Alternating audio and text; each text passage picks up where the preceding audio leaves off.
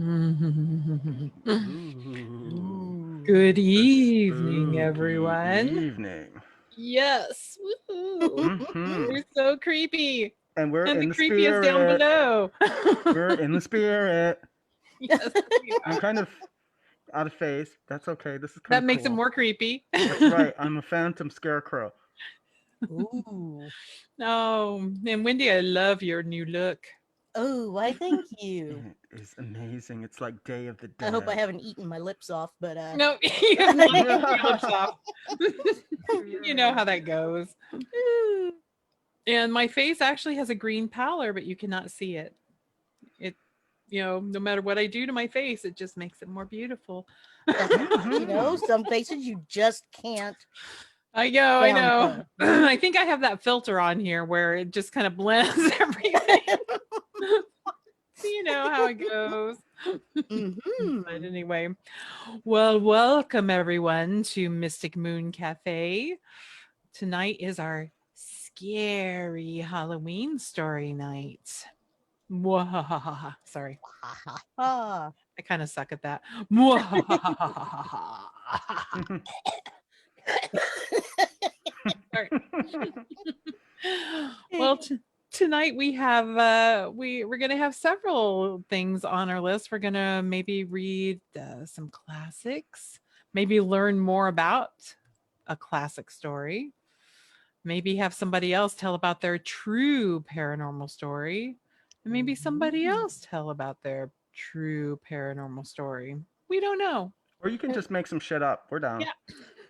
Hey, whatever y'all want to hear. Oh, yes. I could, start off by telling like one of my I don't think I ever really tell this story about one of my very first investigations in one of my first group that I was in. And we went to this little house in Black Diamond, Washington. Now, this is an old mining town at this place. So these houses were over 100 years old, and sadly, the one we went to was basically falling in and had a lot of black mold around it, That's which, scary in itself. yeah, in hindsight, it was really bad that I didn't have a mask on at that time. And, but I've learned my lesson since then. So we get into this house, and it's really just when you walk in, you just feel the air getting colder and colder, and it just kind of wraps around you.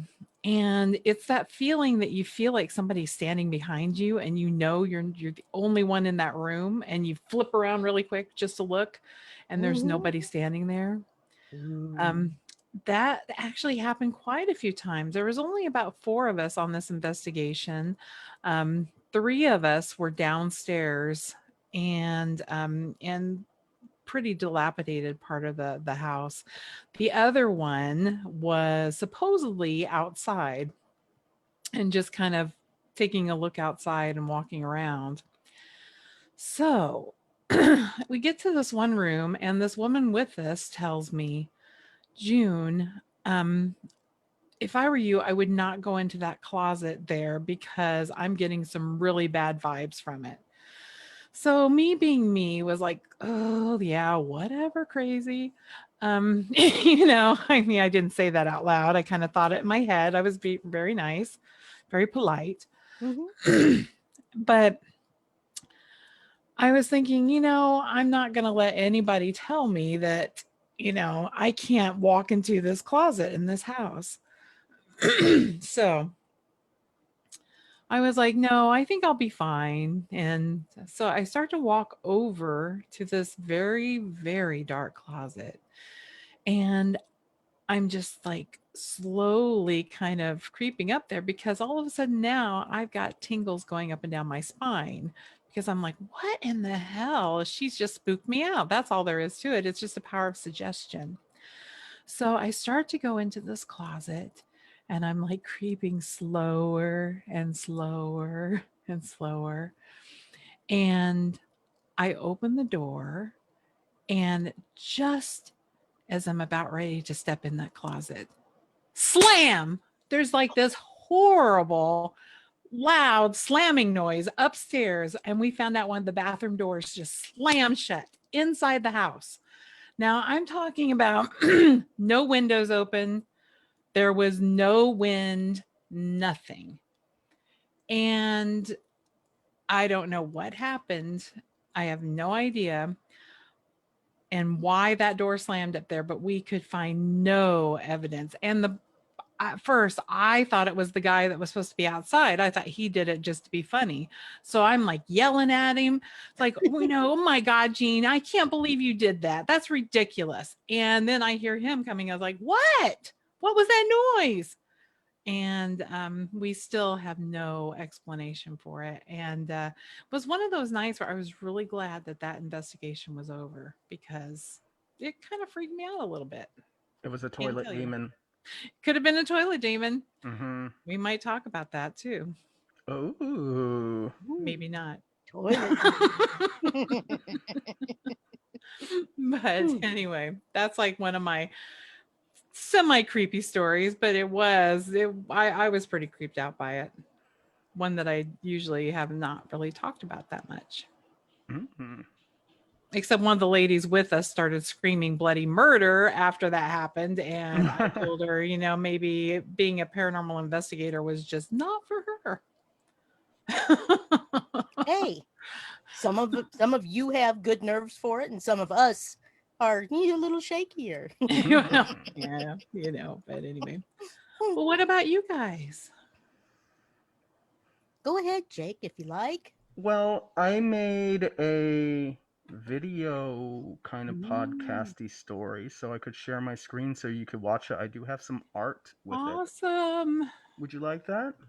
That would be lovely. Okay, well, let me just maximize the screen. And it's always amazing.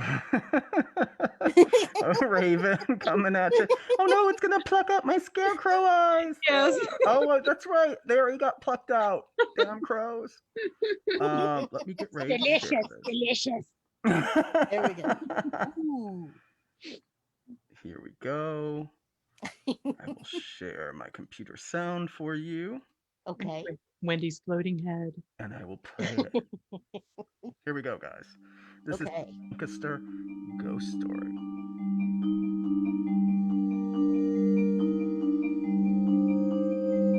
Colleen found a perfect little cottage near Mannheim, Pennsylvania.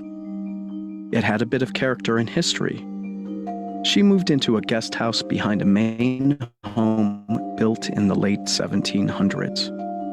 That property had a cemetery on it, with about 20 members of the original owners buried in it, and it was just behind the cottage.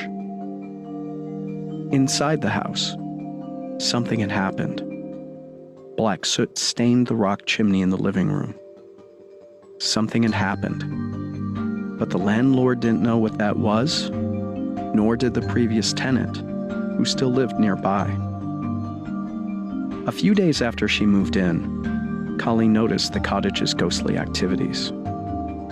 She explained that the house had all the common signs of a haunting: knocks, footsteps when no one's around, random cold spots. In this case, the ghost also set off the house's alarms.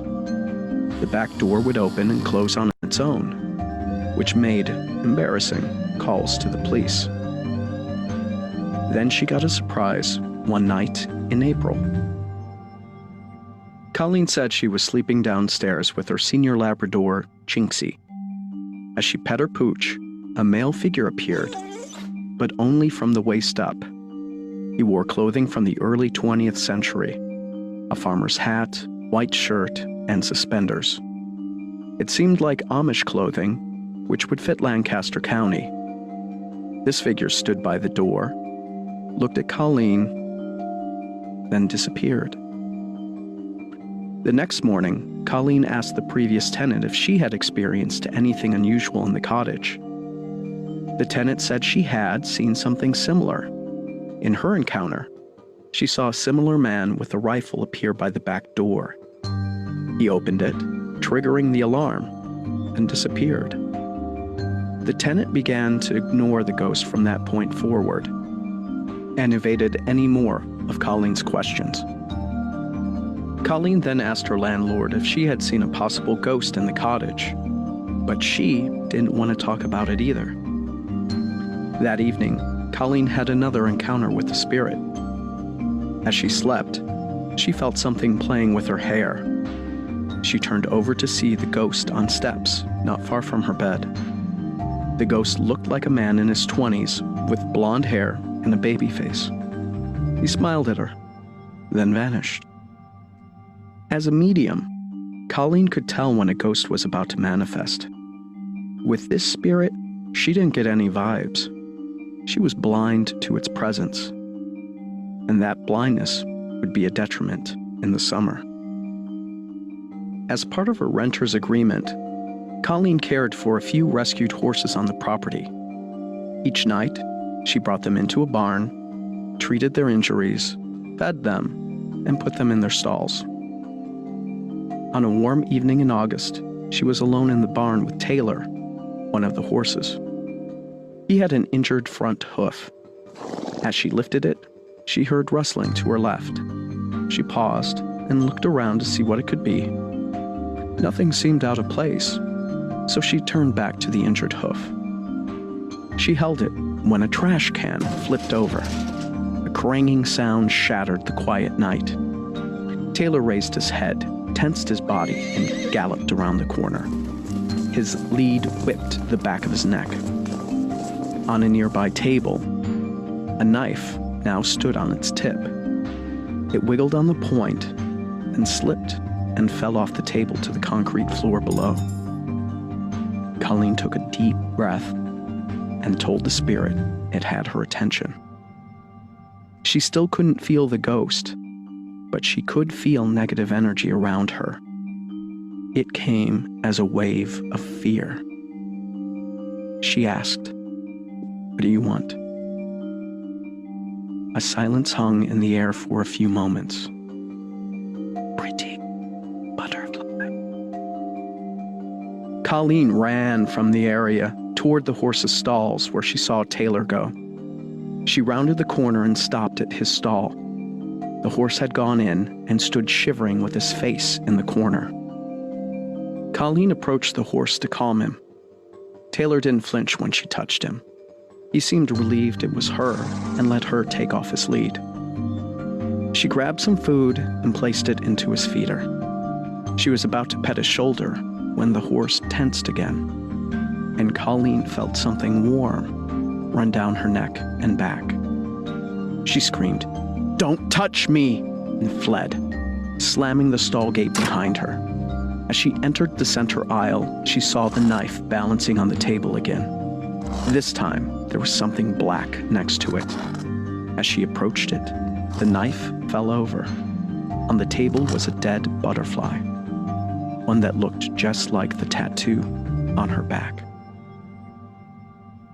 After the barn encounter, Colleen began to search for the ghost's identity.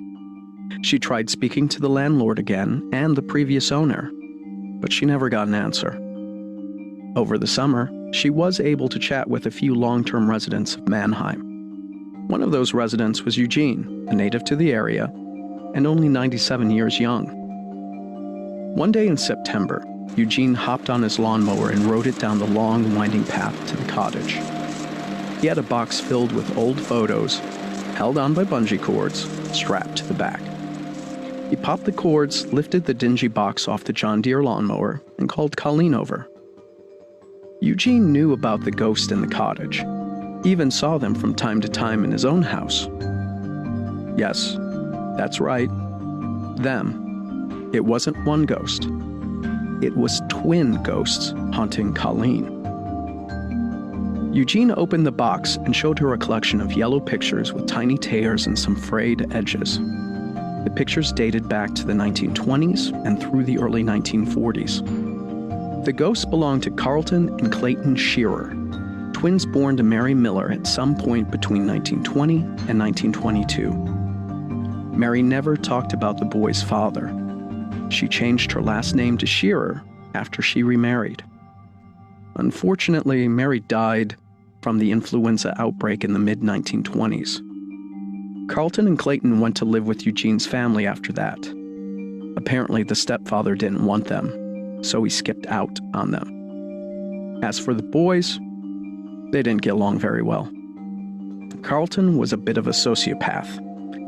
He was the one that set the cottage on fire, leaving the burn scars on the chimney in the house. He also smoked, got fresh with many young ladies, and didn't graduate high school. Clayton was the nice one. He graduated from high school and volunteered for the military during World War II. Carlton tried to join as well, but he got rejected. Apparently, he was too much of a psycho for the military. At some point during the war, Carlton did manage to enlist and went to Europe to fight the Nazis. The brothers found themselves together during the Normandy invasion. Both died within a few hours of each other on Omaha Beach in France. Now their graves lie next to each other at Normandy American Cemetery. Eugene thinks Carlton haunts the barn because he liked to scare the animals.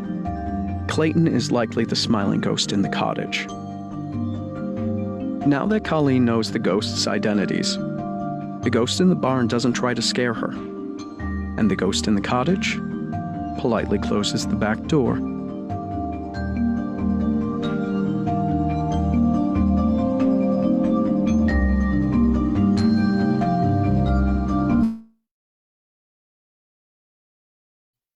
And that's my little story. That was really good, Jake. Yes, I'm it glad you liked was, it. Jake. Very good. Really good. And it's a true story, as true as Right. a ghost story can be. Mm-hmm. That was good. It gave me goosebumps. I'm glad you like it. I like to do stuff like that. I wish I could do it more often. No, very enthralling.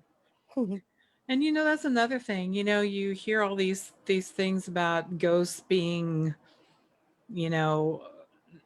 stuck at the place that they died. But I don't know. I really think a lot of people who have passed away go back to a place that they loved, the best, even if they didn't die there. So that's what I'm thinking. But anyway. Yes, anyway. Well, June, I believe Suzanne has joined us. Hey, Suzanne. Or is joining us, yes. Ah, Hello. hello. I know that Suzanne, would you like to tell a little something about yourself? No. Well, sure. Yeah. Wow. I don't even know where to begin, but I'll make it super short. I'm a woman. Okay. And I live in Seattle. I joined AGOS not awfully long ago, just maybe 6-8 months, whatever, and have been in paranormal groups before, and am a former, I had to be converted, let's put it that way.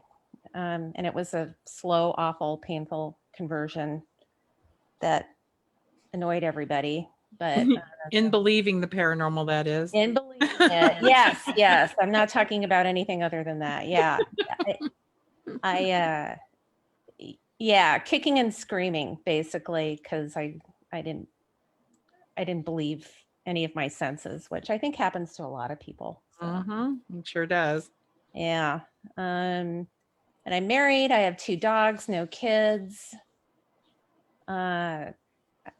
Pretty happy person, and happy to be here. This is fun.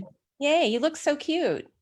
Thank you. You look maleficent, if I may. I was supposed to be a little more menacing with a green face, but it blurred out my green and oh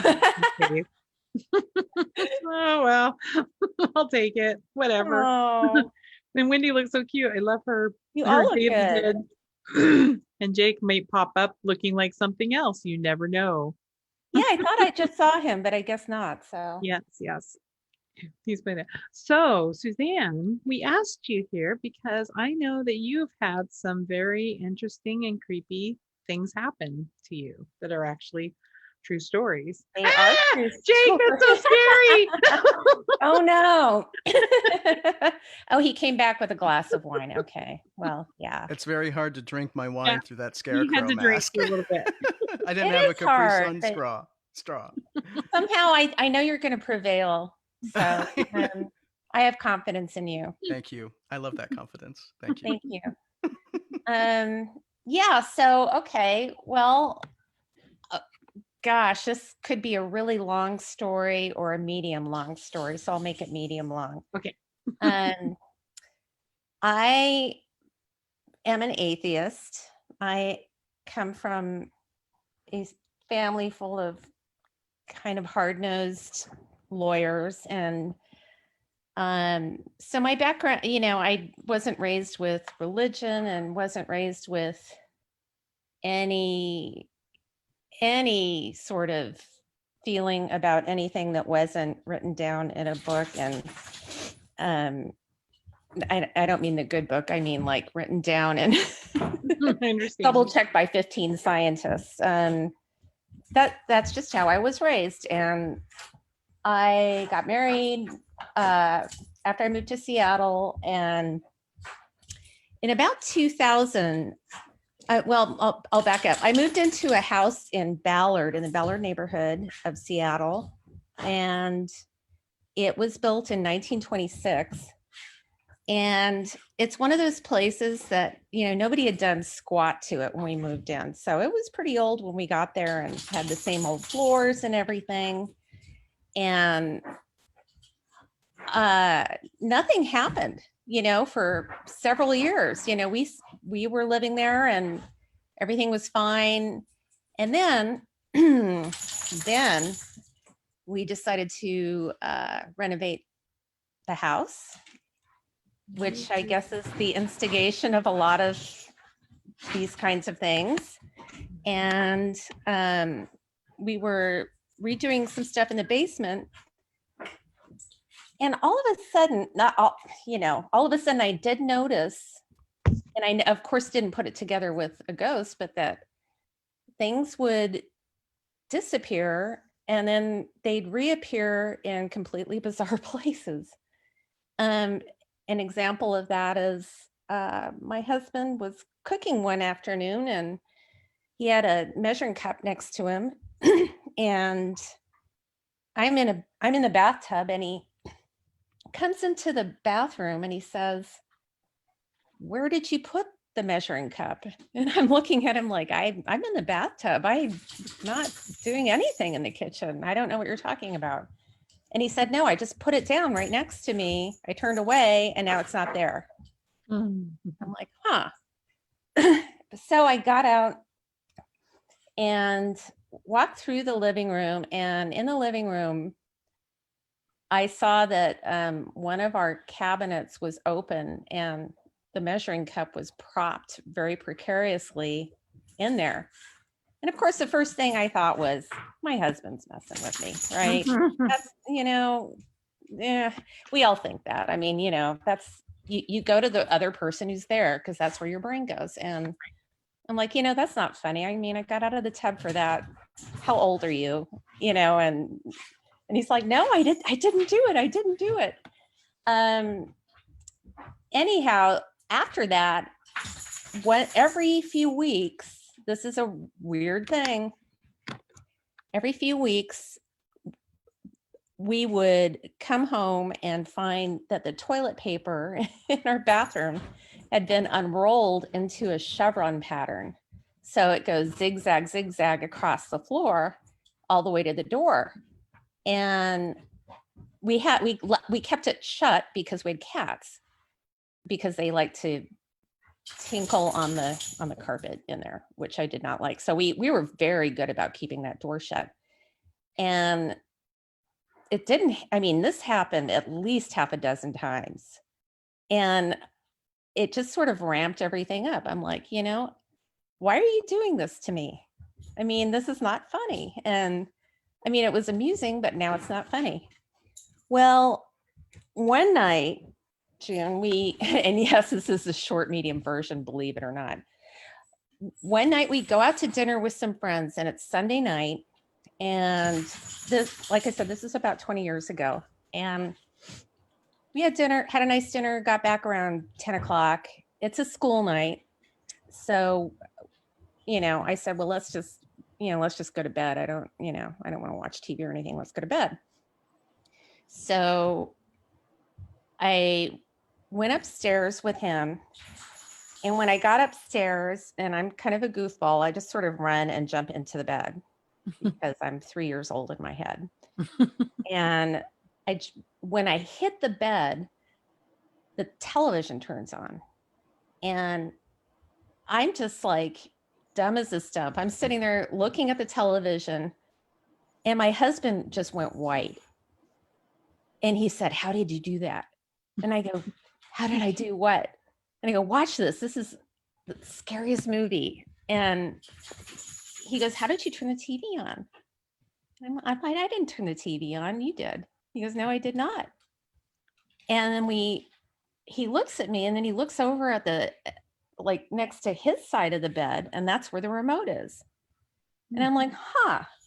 And it was a weird TV. You could not turn it on with your hands. You had to have a remote control.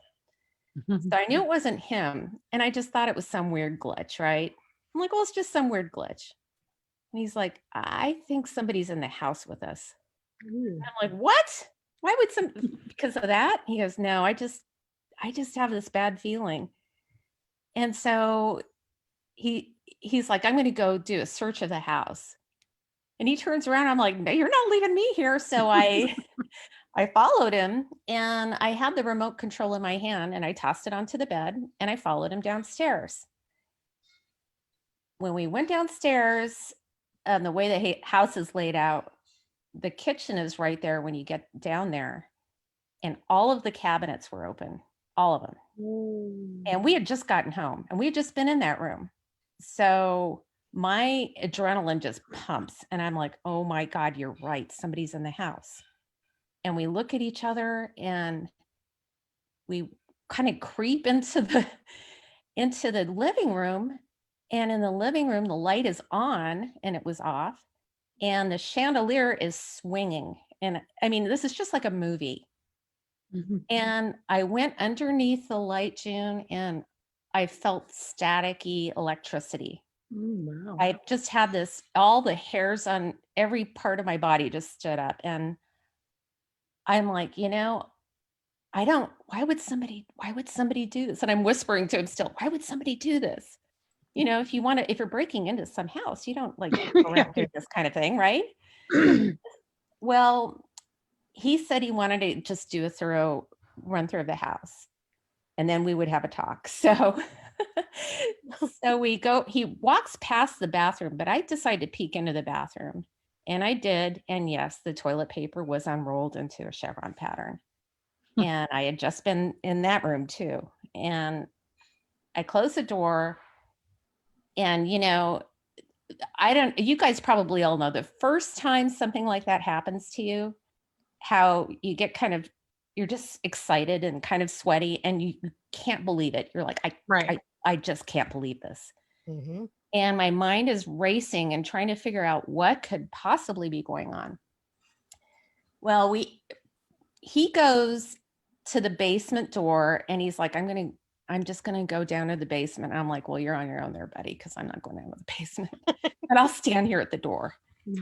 He gets halfway down the stairs, and then he just yelps. I don't even know how else to put it. And he turns around, and he says, something just went through me. Something cold just went through me. And you've got to remember, this is 2000. There were no TV shows on. This was nothing anybody knew anything about. And I'm like, fine. That's the basement sweep as far as I'm concerned. Get back up here. Right. Mm-hmm. And there was one room left, and that was to the, we had a spare bedroom on the main floor. And I'm like, well, let's just see if anybody's in there.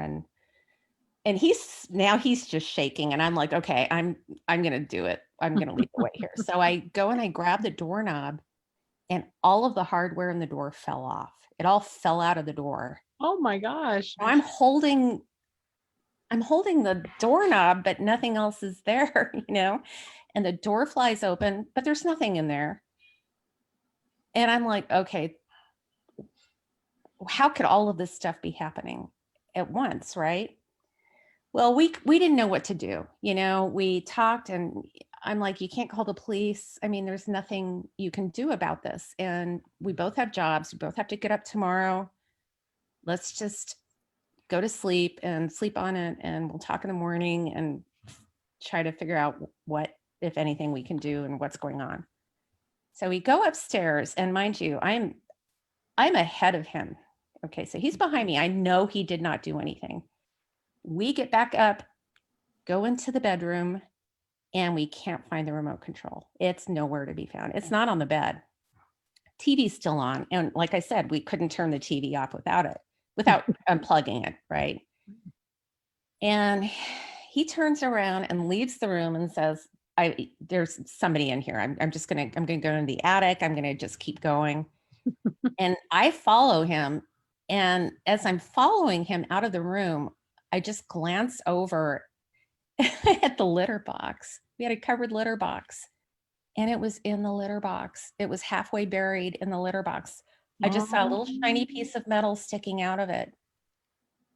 And I know this sounds so wackadoodle, but this is totally the truth. That was my introduction to the paranormal. Wow. And nothing ever in that house happened like that again to that degree. I had other experiences. In the toilet paper thing, one time when he was out of town, actually, and I knew I was home alone, I had just been in the bathroom. I went upstairs to my office and I said, hey, if you can hear me and you are game for this, would you mind doing the toilet paper thing? That's all I said. And I gave it 5 minutes and I went down and it was unrolled again. It was unrolled in a locked room. And that's when I knew I had to start looking into this, because things were not, my entire worldview was just completely shattered. Everything I thought was true was not true. I understand that very well. Yeah. So that's my big story. Ooh, that was very creepy. Yeah, it was super. Imagine sleeping there afterwards. Yeah, it was very, very creepy, and it kept us, like, it didn't keep up the activity. Certainly not like that, but every month or so, we'd have the toilet paper unraveled, and something would move. Oh, I'll tell you this one other thing, which is kind of funny. I still, after you see something like that, you're shaken, your brain is like trying to compute it. And after a while, you're like, maybe that didn't really happen exactly like that. Maybe something, you just start fudging things in your head to make it fit again, right? Right. Yes. Rationalizing. And Yes. I thought maybe he had somehow orchestrated this wild trick on me. And I told him so one night. I'm like, I still think that you probably did something or had somebody come in or something. And he goes, well, you were with me the entire time, and he was arguing with me, and I'm facing away. We're standing at the kitchen, and, I'm like in the kitchen doorway facing out. He's facing towards the kitchen. And he goes, so you think that I did this? And I said, well, yeah, I kind of do think you did this, because I can't figure out what else this could be.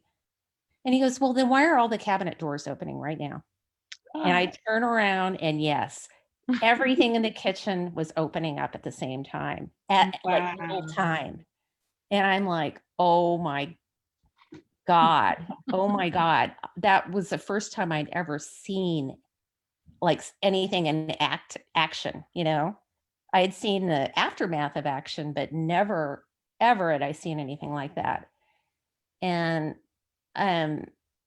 I had a housekeeper too, by the way, who also, I had not said anything to her. And one day I'm out in the garden and she comes flying out and she said, "Were you just inside?" And I said, "No. Somebody was just inside and they were in the kitchen.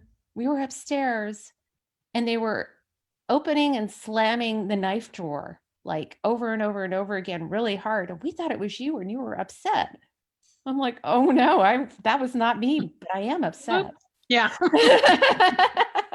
So I had to tell her and she was cool with it because she's Mexican. So Oh, anyway. that's good. I'm just glad she didn't run screaming. No, she's still with me to this day, but Oh, we talk awesome. about it. We still talk about it, you know. Anyway. Oh, well, thank you, Suzanne. That was Yeah. really good. We like that. Yeah. We Yay! appreciate that. Thank you. Yay! Well, thanks. You guys have a fun show. Fun We rest of your will. show. Yes. All right. We love Bye. it. Thanks Have a for good night. sharing. Yeah, thank you. Mm. Bye-bye. Of That was course. Bye. creepy. I was love nice. that when she said that all of a sudden it was happening right then when the things started opening, just to prove her wrong. Like, hey, that was There might have good. been one more door opening at that point. Yeah. Mhm. Mhm. Mhm. That's a portal to hell right there. Portals. Lucifer himself's gonna flare those wings and walk out. You know how it goes. Don't fail me now. Yeah. I know. No. It would be like the Roadrunner dust cloud. Yeah. Yep, exactly. Yep. And the silhouette through the Coyote. rock, the Yeah. silhouette through the door, whole or the of the- hairpins flying. Uh-huh. Oh my gosh. So, what should be next? I don't know. What would you like to do next? I mean, I Ooh. got another one of those video stories, Oh, but I let's know try the Wendy, video you story. might have an interview story though. I do. Would you like me to try to Do that now? play that Mhm. up? Okie Yeah, dokie. let's get that. Awesome. Give me one moment to cue it up. Everybody get your popcorn, sit That's Yep, back, right. yep. and We're gonna relax. go across the pond with this one. A Yes, little we across the pond. I are. think you're really going to enjoy this a lot. Mm-hmm. If anything, for the accents. Yes, exactly. I can't tell you what my heart does when I hear a British or Scottish accent, or it's really, really bad. They could be in the It's- worst part of town and be a Mhm. murderer, and I'd be like, oh, It's because someone who's watching too much, was it Highlander? yes, yes. Mhm, Oh my mhm. gosh, yes. What does my friend Sandy call those bodice rippers? Yes, the bodice ripper. Yeah, Bodice yeah, ripper. yeah. Yeah. That's it. Let's see. Join us for the after show on that one, folks. Yes. Ooh. We might have a lot of people joining us for that one. Uh-oh. Well, we can do dramatic readings from 50 Shades of Grey. Oh my God. Okay, I think this will get us there. Okay. Blanket. Do that. Ooh, technology. Ooh. Okay, I'll shut up now so it can play. Yeah, like I said, there's this little town in West Dorset, England, called Beminster, and my girlfriend and I lived in a flat above a stable block belonging to a 13th century manor house, and it was one of those places that was in the hills up above the town, and it was very private. It was difficult to get to because it was up narrow, winding lanes, and the owners up there, they didn't really like visitors. It was their private retreat. Hold on, guys. Oops. I think I stopped the screen share accidentally. Sorry about that. We'll go back. How's that sound? And there was not a video playing. It was just your screen. I saw that, so Okay. I'm not. I just want to make sure you Yeah. saw it. We I was saw going. all the naughty. Yep, we saw it all, Wendy. all the I hate to naughty. tell you this. Oh That's okay. no. I'm still not exactly seeing it. Whiteboard, phone, Facebook.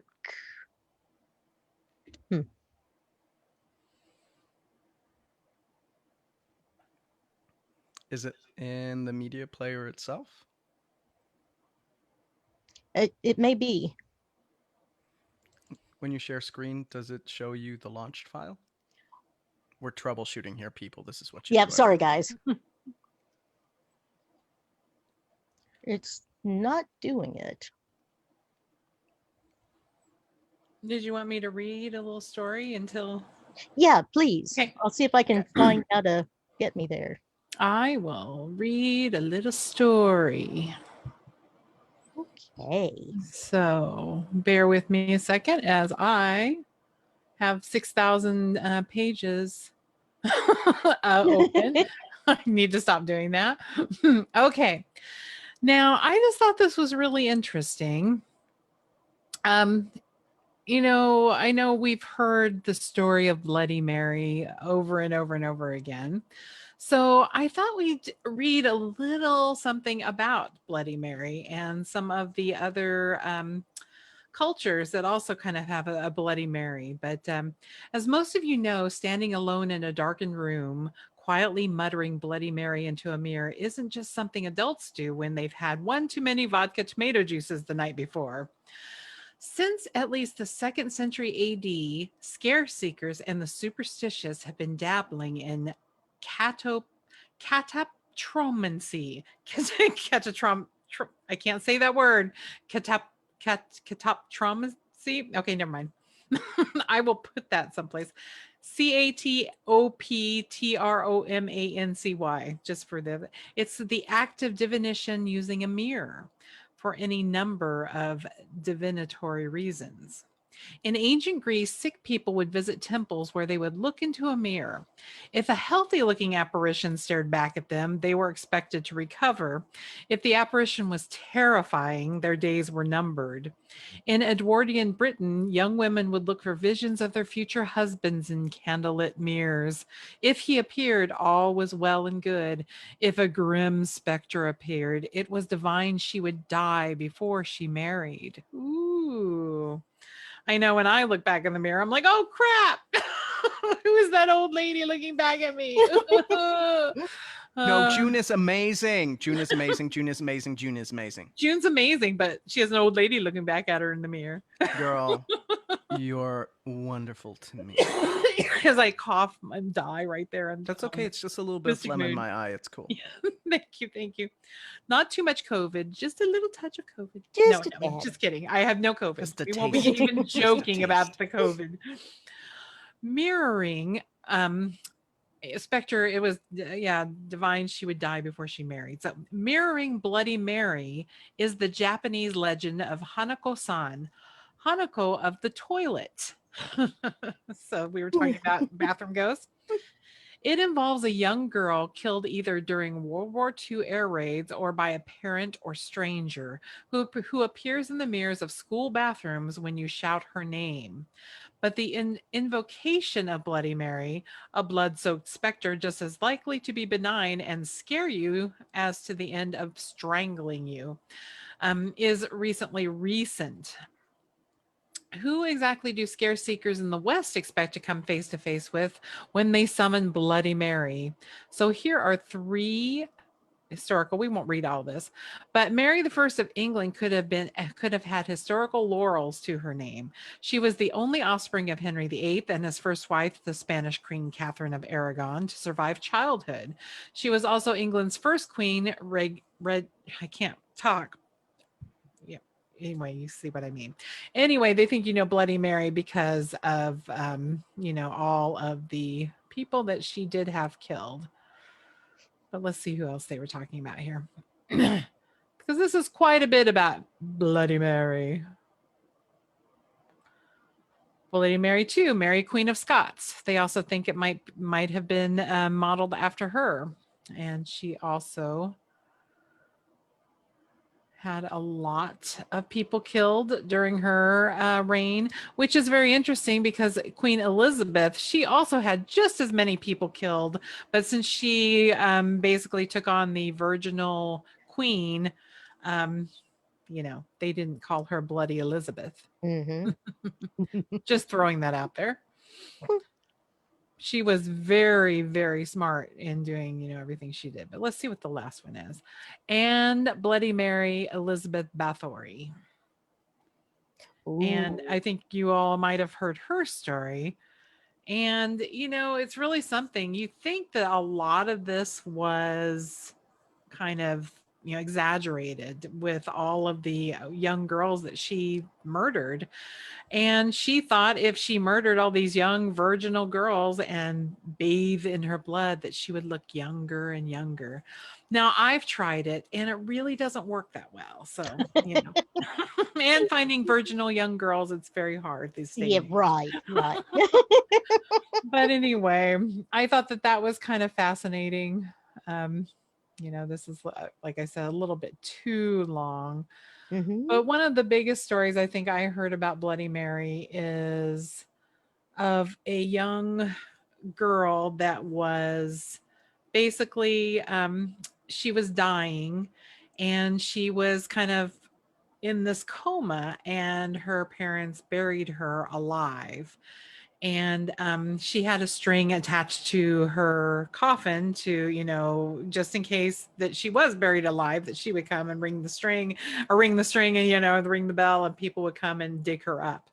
It said that this happened, and her parents were gone, everybody was gone, and she woke up in the grave, and she basically flipped out and was screaming and clawing at the grave. And then when her parents came home, they saw the bell had been knocked over, and they went and they dug her up, and they held a mirror up to her nose to see if she was still alive. And at that second, that's when she died, and supposedly her spirit passed into the mirror. Oh my. But she died pissed off because she had been buried alive, and she was mad because nobody was there, and she was upset. So her pissed off spirit went into the mirror, and now people who are usually unbelievers try to summon her. But Ooh. so those are the stories, but there's many versions of Bloody Mary and the real thing. I was going to try it myself. Ooh. Ooh. June's going gangsta. Should we try it? I should get a candle, shouldn't I? You should, yes. Should. Definitely. Well, we'll just happen to have one right Oh, hot here. damn. Woo! Woohoo. I love preparation. Yes. Mhm. Not preparation H, just preparation. So Here we go. now, how many times I've read several different stories of how many times I should say Bloody Mary. Should Three? we all say it together and just do 3? Ooh, I think so. Don't you blow out the candle at the end of it? Yes, we're supposed to. Okay. Okay, let's make sure. Let me Right. see. Give us a countdown, homie. Okay, you see me in there? Okay. Yep. Okay, 1, 2, 3. Bloody Mary. Bloody Mary. Bloody Mary. My phone just buzzed. That's Bloody Mary. Oh my God. She's going to get you. It's going to be like Samara coming out of your iPhone. I was actually going to just, minimize myself out of the picture, but I had both my hands still. So, Just wait, you didn't blow out the candle. Now she gonna get you. Mhm. Ooh, I Now love we that have the smoke. June's natural environment coming through. We were talking about the toilet demon earlier from the Black Diamond investigation. Oh my goodness, she summoned Del Taco. Ooh. Del Taco slammed the door. Give me privacy. Anyway. All right. Well, let me try this share screen one more time. Okay. If nothing else, I'll email it to you real fast, Jacob. Okay. All right. Here we go. It's so ghostly. Here we are. Oops.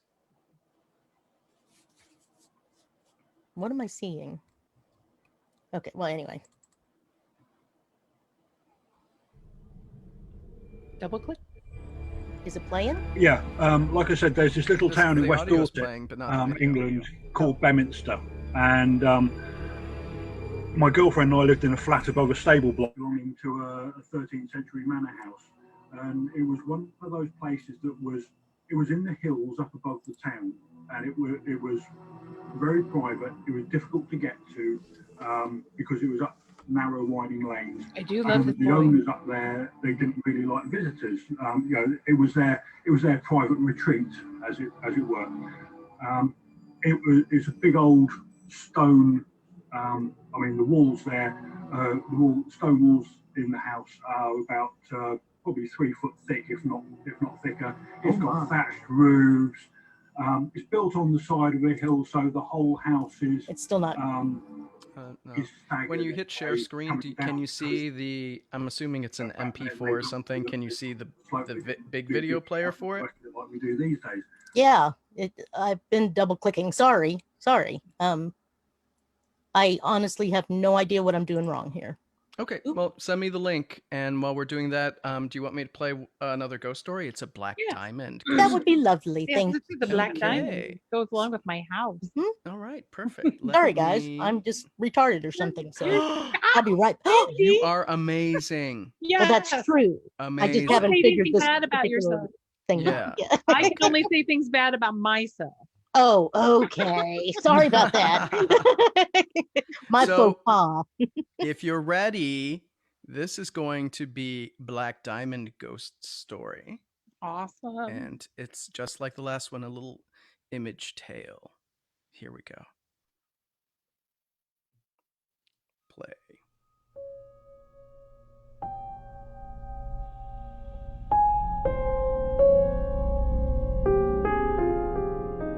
Welcome to Ghostly Activities.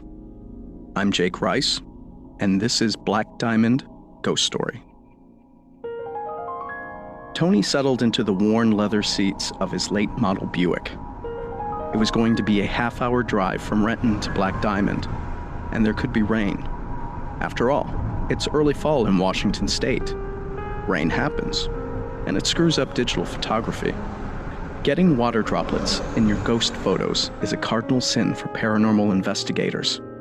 Each drop could be misconstrued as a spirit, especially when you do it at one of the most haunted places in Washington.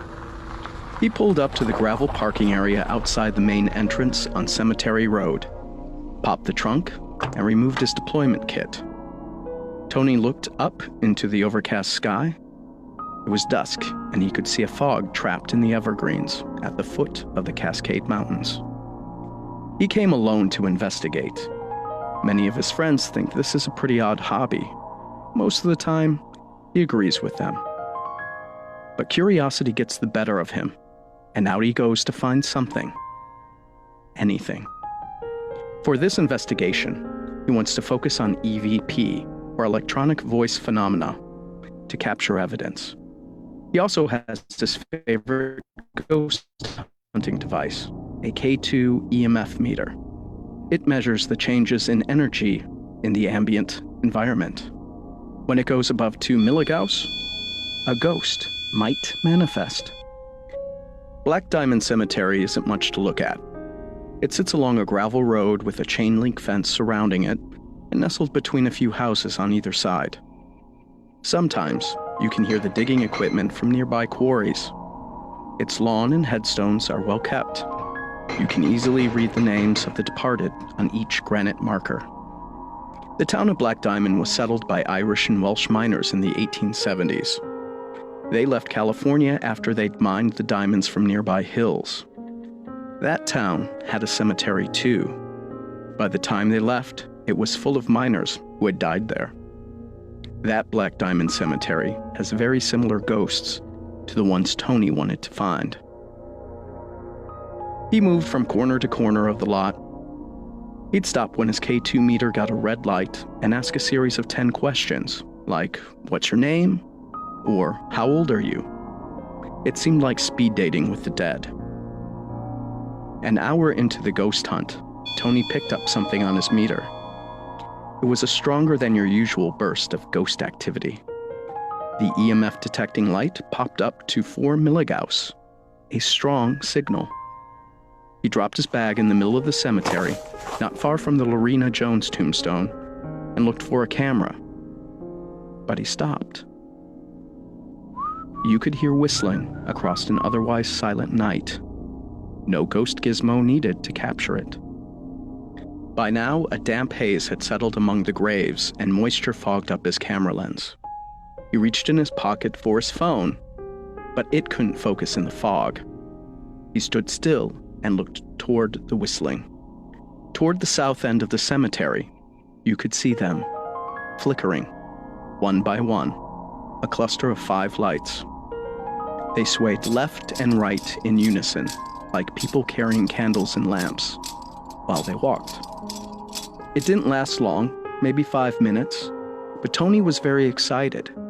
He looked slack-jawed at the dim lights and almost giggled like an 8-year-old boy. "Well, I'll be damned," was all he could say before the lights faded into the gray mist around him. He packed up his gear and headed back to the old Buick by the gates. He popped the trunk, carefully placed his deployment kit inside, and opened the driver's side door. As he went to sit down on well-worn leather seats, he paused again. The clip-clop of an invisible horse's stride echoed down the road. Black Diamond Cemetery is one of the most haunted places in Washington state. It's a 60-minute drive to the southeast of Seattle, not far from Covington. You can find the cemetery at the corner of Morgan Street and Cemetery Road. Thank you for listening. Good job. You do so good at those. You need to do more. This one wasn't this one wasn't as spooky as other ones, but it was very ghosty centric. But June, you and I can relate to this. I'm sure Yes, most of the yes. listeners can as well. One investigation we had there, we didn't really count on that it was summer. It was really nice. And a lot of the neighbors kind of around the area were playing really loud music and must be having like barbecues in their yard. And, little Leonard Skinner was going really, really loud. It was just like, oh, God. And so I was carrying my recorder. I was all by myself. And I said, wow, I bet this music drives you crazy sometimes, doesn't it? So I decided to listen to the recording, later, because I thought, oh, you never know. I might have got something in the microphone, because usually something like that, you're just going to have to throw everything out. But after I said, this music kind of drives you crazy, doesn't it? You clearly hear, and it sounds like an older man say, yep. Just Ooh. like that. I love Yep. that. Mhm. Yep. Yep. And I was like, that's from tall. I was the only one there. It's like, who Cha-ching. said that? Yep. Huey. Sure Yeah. does drive me crazy. Mhm. Sure does. Anyway, You got some rock gut there. now Black Diamond is a really interesting little creepy town. Mhm. Just, there's mines that go everywhere. And that one house that we investigated with the door slammed, actually we found out later that there was a entrance to a mine right next door, and it was just covered with an old screen door. Mm. No, nothing. And some of my team were walking across that, just thinking it was just an old screen door laying on the ground. Found out it was a drop of 30-foot drop. There's like, I'm not surprised it's not deeper. well, it was a 30-foot drop, and then it went down into the tunnels down there. So, Ooh. but anyway, that was pretty scary. And that was Mhm. also the same place that had all when I got the EVPs of June, and found out it was mosquitoes going past my microphone. Must have been big mosquitoes. No, I had a really good mic. It just was like, Oh, okay. right past it. And there were hundreds of mosquitoes. Oh, I couldn't stand it. It was horrible. Yeah. Ew. Let's just say that's scary. Mhm. Yeah. It's still Luckily- loading, Jake. My Oh. computer decided to slow down to snail. Okay. Sorry about that. Don't worry. Just send it to me when we get it. I mean, do we have Yeah. another story? Because I could play another one of the videos, or I could tell you about a personal experience I had in January 2010 that was very, very personal to me. Ooh, that would be nice. We would want- love to hear that. Yes. Okay, so this one is on my website. It's called the Streeterville. It's True Ghost Story, Streeterville neighborhood in Chicago. So, if you're familiar with Chicago, Streeterville is right downtown. It's pretty much the new part built just east of Michigan. They normally you would call it the East Side, but hey, it's Chicago. The East Side's a lake. So But- there. So there. But with this one, I'll just read it off my website. So Okay. it's a trip to the movies ends with a ghostly message. And so I did mask my names because it was very personal to me. Oh, okay. But it's me. I'm Ryan, and essentially my buddy is David. You guys know David. But so it goes.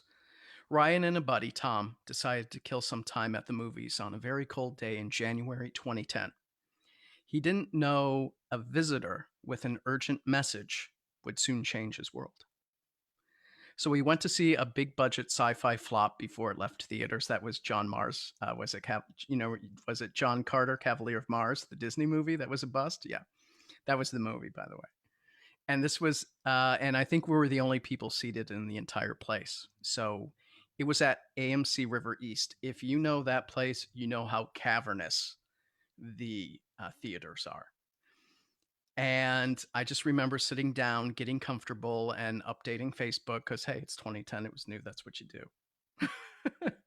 It was about 10 minutes before the trailer started, and I gave David, so Tom, some money to go get food. I was the only one in the theater at this point. And about 5 minutes later, I heard creaking in the seats behind me. But I'm like in the balcony part, the second floor, so it's much higher up. Someone would have to pass me. I would see them coming up the stairs on the left or the right. And, so that was just very weird. And I was about to turn around and I felt a hand pressed down on my shoulder. And I could see it was an elderly woman's hand, and it had red nail polish, but a pearl bracelet. And I just heard a whisper. It was very familiar, and it just said, "Listen." She called me by my nickname, which is Stony, by the way.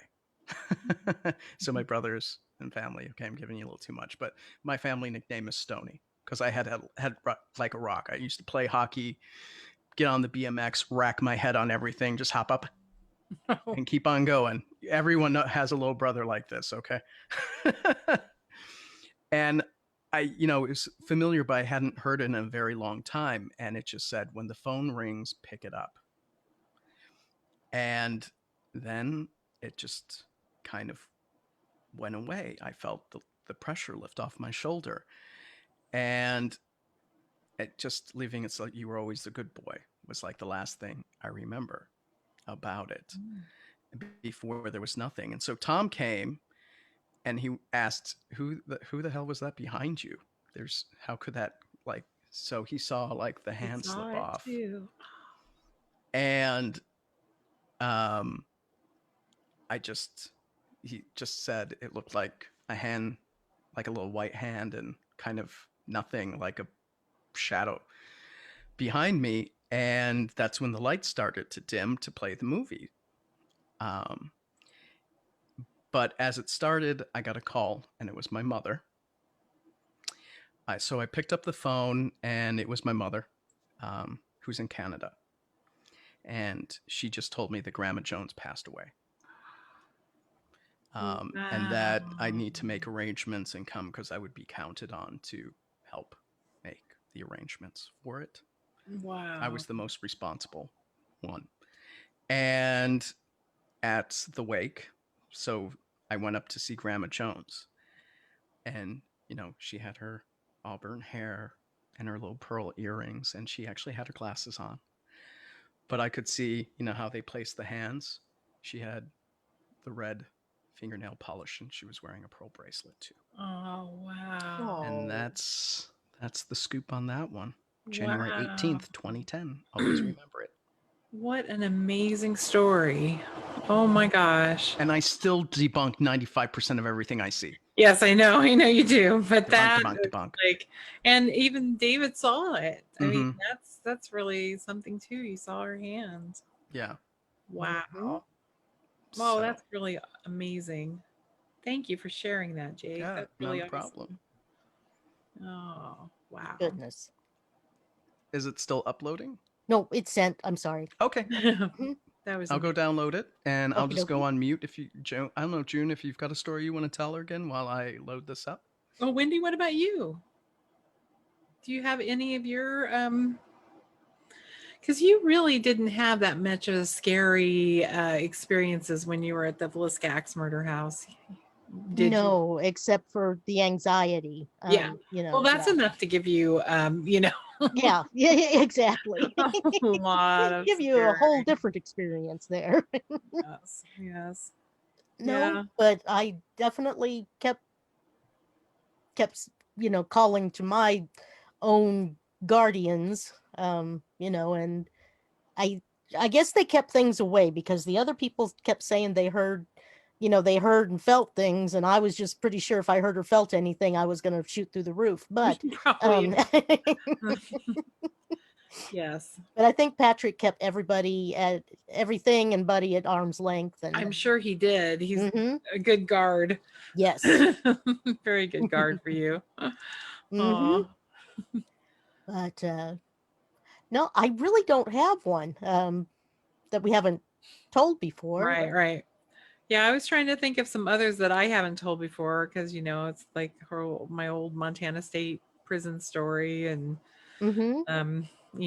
the Preston Castle, that was that was a little intense in some places there. Maybe it was Sure. the bats. The bats flying at my head. That was very intense. I was like, Yes. I will say I do have a fear, and Rabies? pretty much, yeah. Yeah. Anything that can have some rabies, I'm just Mhm. like, I'm sorry, little critter. I love you to pieces. I love mammals. and here's the Yes. heavy book. But yeah, I'm about to Yeah. drop a brick on your head. Mhm. hmm Oh my gosh. Yeah. So I got the file. I'm just testing out. It looks like it's going to work. So let me get ready to share it, okay? Okie dokie. Awesome. So let Wonderful. me drag it over here with stuff. Just warming up. Here we go. Let me go find the QuickTime player. And I am playing it. Let's see if it's Awesome. working. Can you guys see it? Okay. Yeah, like I said, there's this little town in West Dorset, England, called Beminster, and my girlfriend and I lived in a flat above a stable block belonging to a 13th century manor house, and it was one of those places that was in the hills up above the town, and it was very private. It was difficult to get to because it was up narrow winding lanes, and the owners up there, they didn't really like visitors. It was their private retreat, as it were. It's a big old stone. The walls there, stone walls in the house are about probably 3 foot thick, if not thicker. It's got thatched roofs.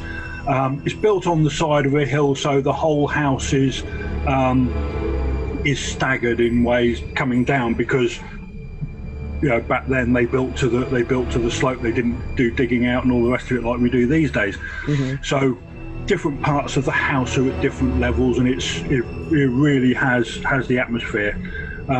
Plus inside the floor, a lot of the floors are like stone flag flooring. And they've got all the mouldings and stuff inside, the stone mouldings inside. It's amazing. But the owners had bought it, and they ran a livery yard, a horse livery yard there, and they also had they'd also acquired about 30 or 40 acres to go with it, and they ran what we call a small holding over here, where they kept all sorts of rare breed sheep and cows and chickens and geese and stuff, because they were not for money. They were just trying to keep the breeds going. Anyway, to get into the house, you came down this lane, and there was you had to go through a ford of, it wasn't quite a river, but it was certainly a very large stream. It was the sort of thing you didn't particularly want to walk through on your own. There was a footbridge going across, but you drove in, and then you imagine it's like an open-sided square. You then drive around the house and then drop down into the stable yard, and then you walk back along one side of the stable yard, the other side of the square into the kitchen of the house.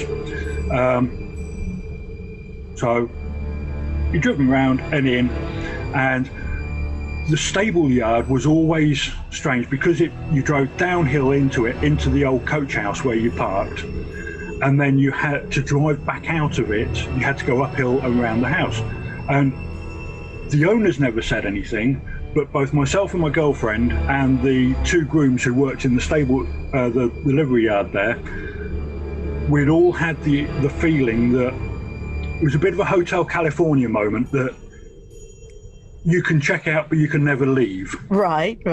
You had that feeling that there was something there that wanted to drag you in, and if you didn't get out through the gate of the stable yard and around the house, you were never getting away. And it was really malevolent. It wasn't something where you thought something's about to jump out and grab me, but it was that feeling that if you didn't get away, you were never getting away.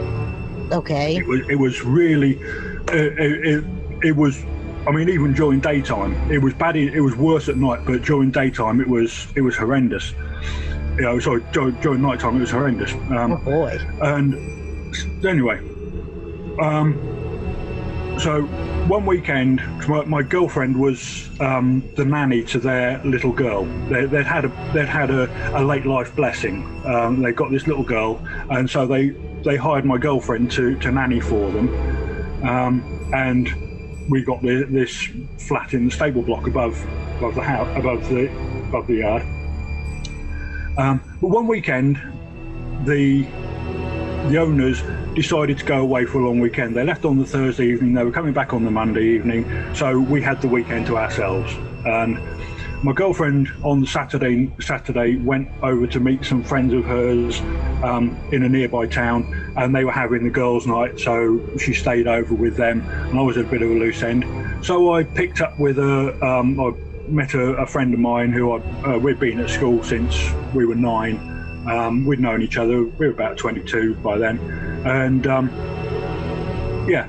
we went for a few drinks on the Saturday evening, and talk as it usually did got around to the house, and he said, "Any chance of a tour?" Now, I said, "Well, yeah, true. I have got to go back and check on the place, make sure it's all right."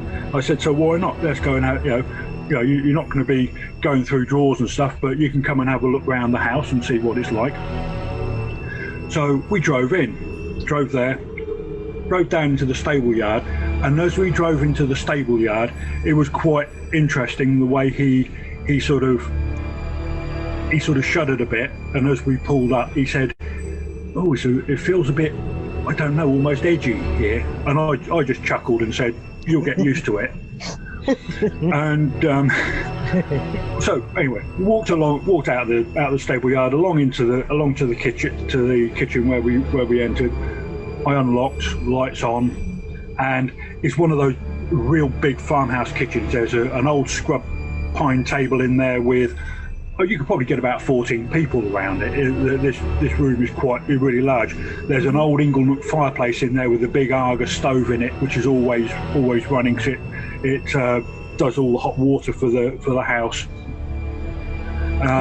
And it's, like I say, big flag stone floors. It's a lovely place. And lights on, walk through the kitchen to passageway that runs up the side of this wing of the house. I say wing of the house, it sounds a bit grand, but it's a sort of like an annex that sticks out on the back of the house, possibly built a few years later. But yeah, you walk up through this passageway up the side, and there's the old scullery on your left, and there's a toilet washroom with a mudroom for your boots, and then there's a storeroom for that's got all sort of like cleaning stuff in it, whatever, and you come out then into the main part of the house. On the left-hand side, there's the old wooden stairs going up, and they're beautiful polished wood stairs going up with, and they're not carpeted or anything, it's just a straight wood, really nice banisters and all the rest of it. But then also to the left as well is the dining room. Went in there, and it's everything you can imagine. It's a beam ceiling. It's got this dark wood table in there that will seat about 12. It's got the carver, high back carver wooden chairs in there, and it's got display units with all the crystal and the tableware and all the rest of it in it, and it's really fancy, you know, and it's somewhere which isn't used very much, so it's, you know, it was quite nice just to stick your head in just to check. Showed him around there. Came back down. And the next room on was the guy's office, because he was actually a surgeon in the local hospitals. He actually used to work around 2 or 3 of the local hospitals at the time. So he had this office where he did all his paperwork, but he also, for running the all the taxes and stuff, for running the small holding and the house, etc. Again, lovely. It's probably about like 15-foot square, bookcases all around the walls, big oak desk, the red leather seats, red leather seat in their office seat. Really nice, and it's a sort of place where you just feel as though you want to sit in the chair and just sit down and But anyway. Yes. I understand that. Yeah. From there on into a bit like a lobby or a foyer, I suppose, but it was one that never made sense to me, because it was just sort of like the end of the passageway before you went into the great room, the living room, great room, whatever you choose to call it. And it really is a great room. But in there was like a hall table, there were some chairs and whatever, and a coat stand, but it didn't seem to serve any purpose. I never understood it, because you go through the doorway into the great room, and that's where the 2 main doors for the house is, one on each side, because this thing takes up sort of 2/3 of the downstairs of the house, this room. It's a split level, and on the upper level are the 2 doors, and they are the sort of things that you would imagine in a castle. They're sort of oak studded doors that they're about 6 to 8 inches thick. They've got the big old black iron hinges. They've got the big bolts. They've even got the large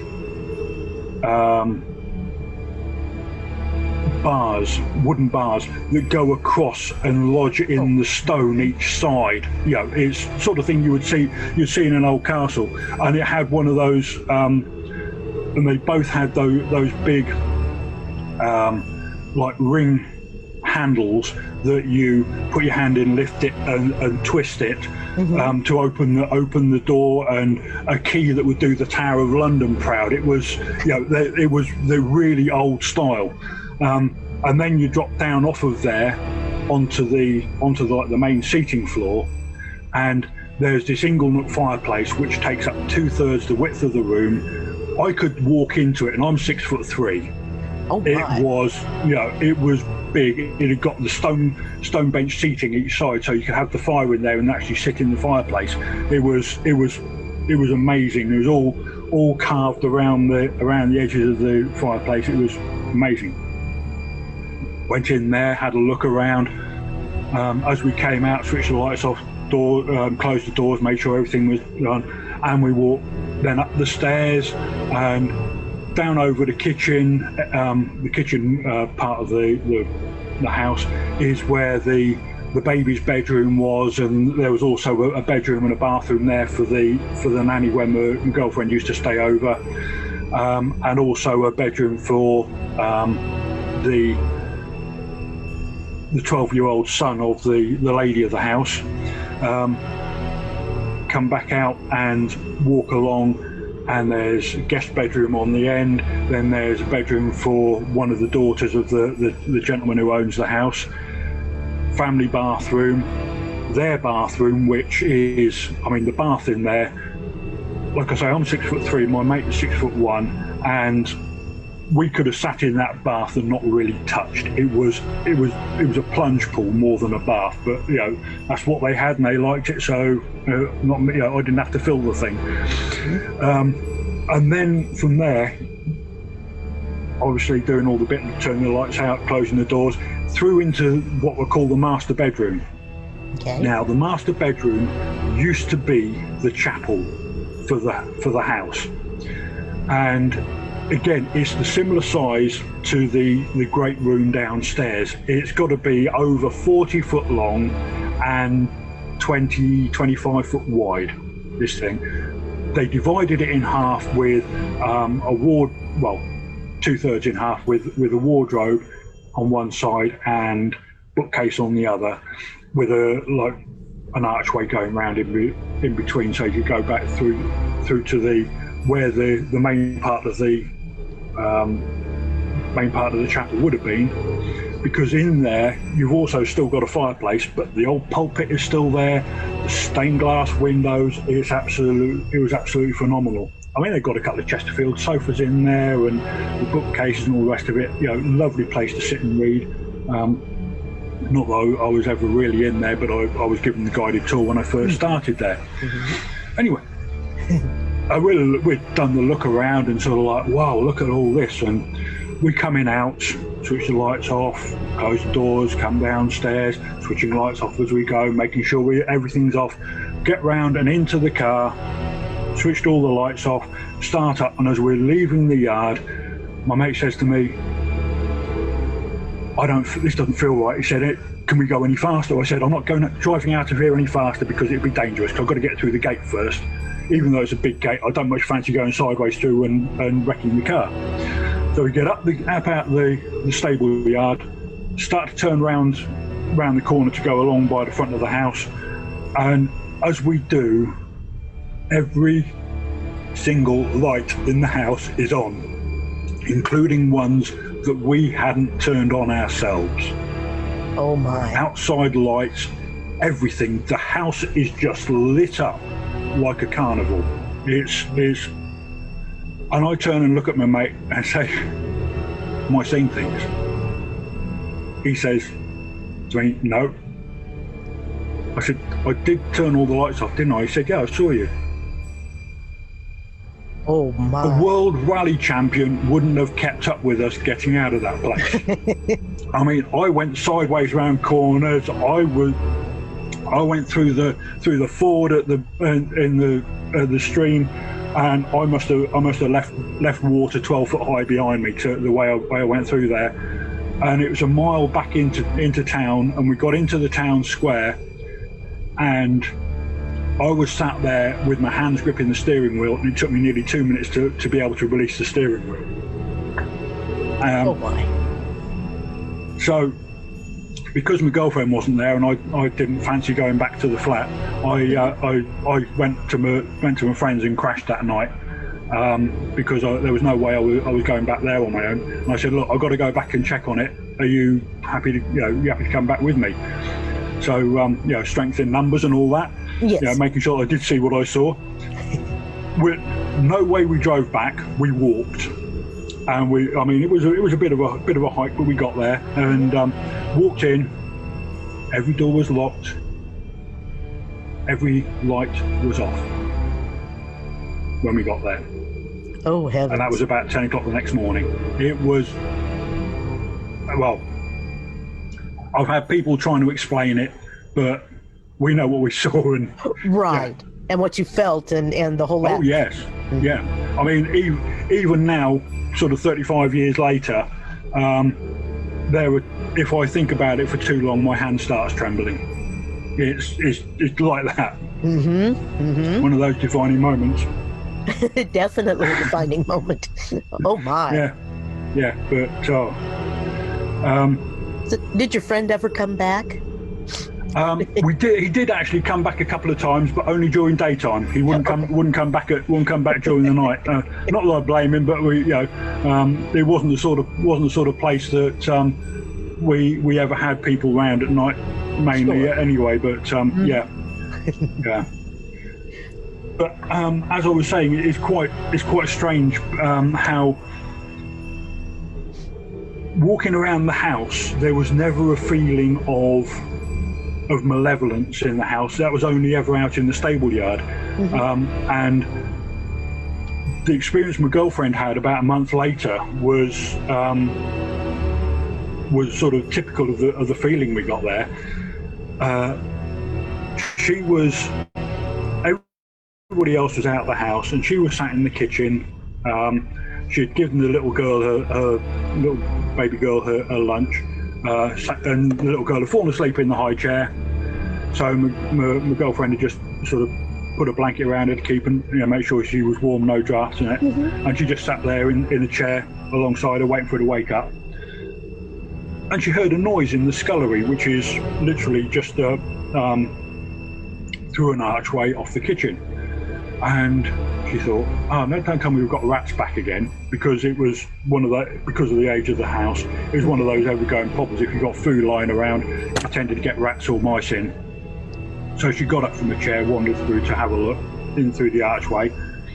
Then she heard a squeaking from the other side of the door out into the passageway, and she thought, strange. And as she was stood looking at the door, the old thumb latch operated on the door. Okay. The door opened with the thumb latch still holding open. The thumb latch drops, and the door swings closed, and there was nobody there. Oh my. Oh yes. But she said the strangest thing was she never felt scared. It felt as though it was like her great grandmother or her great aunt or somebody had just sort of stepped in and said, "How are you doing? You doing all right?" Given her a hug and walked off through to the kitchen. Oh my. Still, that could be a little nerve-wracking, but at the same time, if you're there and that's your feeling, then that's what it is. Oh, yeah, wow. exactly.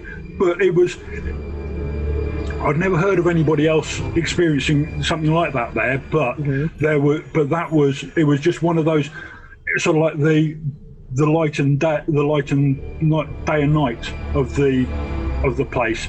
Inside the house, it was all sort of quite calm and serene and all that, but outside there was, and we did try to do a little bit of research into the history, but we couldn't find anything out, about anybody in there. So anything that might account for it, there were no real stories around it at all, which was odd. But there again, it was quite a private place, so maybe a lot of the stories didn't make it into the books or the annals of the town. Might have been, a little oppressive, and people just didn't want to talk about it. I can understand that too. Yeah. But like I say, Bedminster is a town that had a lot of old history. I mean, it dated back to before 1066. It was sort of a large village even then for the area. And there were still a lot of architecture there, which is very old. I mean, you're talking about sort of dating from the 1600s up through small cottages, big stone buildings. There was all sorts there. I mean, still is, to be honest. But you do paint a lovely picture of it. It's in my mind. I can see it almost. Yeah, it's and it really is it's got some amazing places there, and there so much so that back in the early 1980s, there was this photographer that came down to do a feature article on some of the buildings there, because somebody had told him all about them. So he came into town and he was taking photographs of different places, and one in particular he took a photograph of, which stood out, was a place called the Coach House. It's a big old stone building that almost stands on the roadside, but it's big, double doors leading in. They're sort of like probably like just like 6 foot, 2-3 foot oak doors that open into the lobby, and there's 2 real big windows each side. Then there's about 2-3 feet of garden in front of that, a 4 foot flagstone pavement in front of that again, and then you got the road. Now, in front of the windows were big stone flower beds. I mean, they were made from they were slightly raised, and they were made from old flagstones that had been shaped into a flower bed. So, and they were under the windows. And to the side of the place was big wrought-iron gate that led round to the back of the building. 'Cause it used to be, from the 1600s onwards, used to be a coaching inn. Okay. Where they'd come through and they'd change horses, or the people would rest up for the night or whatever. And he took photographs all around, and he took the photograph of this place. And after he'd taken all his photographs, he drove home, and it was about a 4-hour drive for him. He drove home, got all his photographs developed, and the next day, looking at them, and he took out the picture of the coaching inn, the coach house, and he thought, that's not right. There's something that's not right. That's not the way it was, because the picture he got showed, instead of the flower beds, stone benches in front of the windows, and on one of them was an elderly lady with a bonnet and a long dress with a white apron over the top. And he thought, that's not right. So much so that he got in the car and drove back the 4 hours back to Bedminster. And as he got there, shortly after he got there, the owner was opening up, because it was a restaurant and boarding house it had turned into. And the owner opened the doors, went back to the bar, and the photographer walks in and explains to him about what he's been doing, and says, but there's something wrong with his photograph, and shows it to him. The owner says to him, I think you need to come with me, and leads him back through into the lounge at the back of the house, which is the family who owns the place. It's their private lounge. And hanging on the wall is a painting of that photograph. Oh my word. He said, that is the lady who ran the inn during the early 1800s after her husband, who owned the place, was killed in the Napoleonic Wars. Wow. Yeah. I mean, that was, and I found out about this one because my niece, who she worked in the restaurant for several years as a waitress, she knew the owner, and the owner, she'd heard the story, and she talked to the owner, who was still the same owner, and he said, oh yes, yeah, and he took her back and showed her the painting on the wall, and a copy of the photograph hung underneath it. Oh, incredible. Yeah. Very neat. Yeah. But like I say, there's quite a history in West Dorset of Roman and ancient English hill forts and meeting places and things like that. And one of them, a few miles away from Bedminster, is a place called Egerton Hill, which is really big place, and it's an old Roman hill fort. And there's a Roman road that goes right over the top of it and down the other side. And it doesn't, nothing much fancy about it. But it was quite strange, because there was an ancient English road that track that used to go up over the hill and cross the Roman road and go down and went down the other side of the hill. The Romans never paid much attention to it because, what's the point? From as far as I can make out. And Romans being Romans. Yeah. But the strange thing has always been, and it's been proven because I've actually been there when it's happened. If you drive up to that crossroads at midnight, or if you approach those crossroads at midnight, give or take a couple of minutes, anything electrical stops working.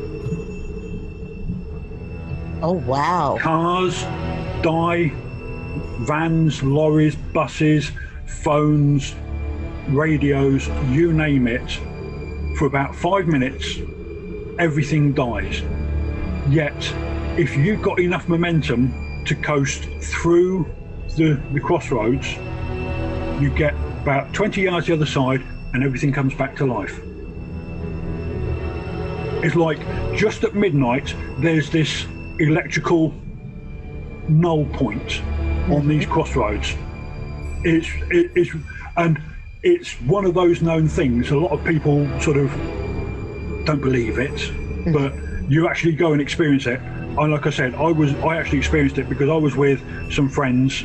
We were in a car that somebody was driving, and we pulled up there. His watch was wrong. He was convinced it was only about 10 to 12, so we thought we were, So he pulls up at the crossroads to turn right, and everything goes dead. And it's sort of like, what time is it? He says, well, it's 10 to 12. I look at my watch and I says, there's something wrong with your watch. I'm showing 5 past. And he says, so we get out of the car and literally push the car around the corner and down the road. And as we do, all the lights come on. And it's sort of like, whoa, okay, back in the car, start up and drive off, and there's nothing wrong with the car at all. It's just this moment of sort of, everything stops just for 5 minutes, 5-10 minutes, and you're thinking, oh boy, yeah, what are we going to do now? Yeah, exactly. But you sit there for 10 minutes, and all of a sudden everything comes back to life, and you just drive off. But it's bizarre. Very much so. Yeah. But another Egerton Hill, like I say, it was an old Roman hill fort, and one of my friends, a good friend of mine, and his brother were going to a New Year's Eve party one year, and they were driving up over the hill, and typical sort of Halloween type thing. It was thick fog. He couldn't see much more than about 5-10 yards in front of him. Driving up over the hill. And he saw somebody walking along in front of him, and he wound down his window. Old car, had to wind it down, no electric windows in those days. And he driving up towards this person, and he realizes that this person is in Roman legionary gear. And he thought, somebody going to a Halloween party, maybe they go, New Year's Eve party, maybe they're going to one we're going to, we'll offer him a lift. Pulls up and starts to pull up and realizes there's sort of 10 or 15 more in front. And he thinks, okay. And then his brother, who sat alongside him, says, do you realize I can't see their feet or their ankles as they're walking along, only when they lift their feet. And that's the point where my mate realized that they weren't actually there. He actually reached out, and all there was fog. He could actually run his hand through the cloak of this Roman he was alongside. So needless to say, fog or no fog, they left there quite quickly. But they also discovered, my mate did a bit of digging, and he realised the reason why they couldn't see the feet or the ankles was because the Roman road surface was actually about 8 inches lower there than the built-up new road there. Oh, wow. So they were walking on the Roman road surface, but my mate was driving about 8 inches above it. So consequently, you weren't seeing too much of the Romans' feet and ankles, and it was Yes, there are some weird and wonderful things that go on around there, and there are stories from all over. But like I say, these are ones that I know of and that I can vouch for. But there are a lot of other things around in the West Dorset, Somerset, Devon area of England. Well, I know there's more all over, but That's Yeah, your little but- corner of it. Yeah. These are bits that I've experienced through my life and things that I can sort of attest to and that I've seen and experienced. So yeah, it's a. I think part of it is the fact that down here in the southwest of England, it stayed Old English. There was as the Romans and the Vikings invaded, the Celts either went north to Scotland, over the seas to Ireland, or they pushed down into Devon and Cornwall. And there's, it was sort of like Western England, southwest England was like the last English retreat of the Old English, and so there's so much more down this way of that sort of thing. It's quite scary at times. Definitely, but also, yes, very, very intriguing. I love these. I love that you're sharing these with us. Thank you so much. Well, it's not a problem. I know that, like I say, I know there are so many more. There was another one that came from the same photographer, but one that I can't attest to. He was alleged to have taken this picture up the stone steps because the parish church was built up on a mound in the town, and the stone steps that led up to it from one side actually they framed the church tower. So you stood at the bottom of the steps and looked up, you saw the church tower above you, which was it was one of those things really nice. But to the right hand side of the steps, there were old almshouses, the old church almshouses.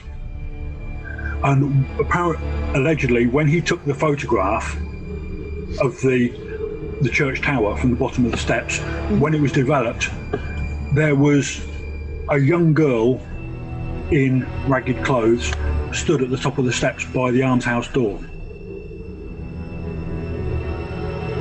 And probably nobody actually there in Oh yes, there was nothing. There was nothing there when he took the photograph. He just, So whether it was like the old lady at the coach house, but like I say, that is one I can't verify. But there was another one of inside the church. Big old classic stone parish church with the pews and all the rest of it. I mean, it was a lovely old English church. I say old English, probably built about 1700s. It was a big place. It was a sort of place where you could get sort of like 400 or 500 people in the congregation. It was really quite huge and fantastic. I think the church is still there, but in about the 1700s, there was a boy who drowned in an accident on fishing in the local river, and his body was brought back and laid in a coffin in the church overnight. And the story goes that when his family went to visit him that evening to pay their final respects, the little boy was sat in the pew alongside the coffin. But when they went over to speak to him, the body was still in the coffin. Right? Now, it's happened since, but every once in a while, people walk into the church of an evening, not an evening when there's going to be a service, but an evening, and there's never been any rhyme or reason to it, but the coffin appears balanced across the top of the pews with a little boy sat alongside it. Now, about 15 years ago, they did something which most of the parishioners were up in arms about, but they took out the pews and put in chairs. Got rid of all these lovely old oak pews and brought in chairs just to make it more user-friendly, so they said. And apparently twice since, and I do know somebody who's seen it, twice since, the chairs are in the wrong place, but the boy shows up alongside his coffin. The coffin is floating in midair, and the boy sat on one of the chairs. Oh, how it's kind of heartbreaking. Yeah. But still a little on the creepy side as well. Yeah. Mhm. Like I say, I do sort of like a friend of a friend has actually seen this. So I used to be quite involved with the church down there when I lived there, and you know, so I knew of people who had claimed to have seen it, and you know, when one person claims to have seen it, you tend to be a bit sort of. Second person claims to have seen it, you wonder if they're jumping on the bandwagon. But then when over about sort of like 30 years you hear about 8 or 9 people who claim to have seen it, you start to think, okay, maybe there is a little bit more to this story than meets the eye.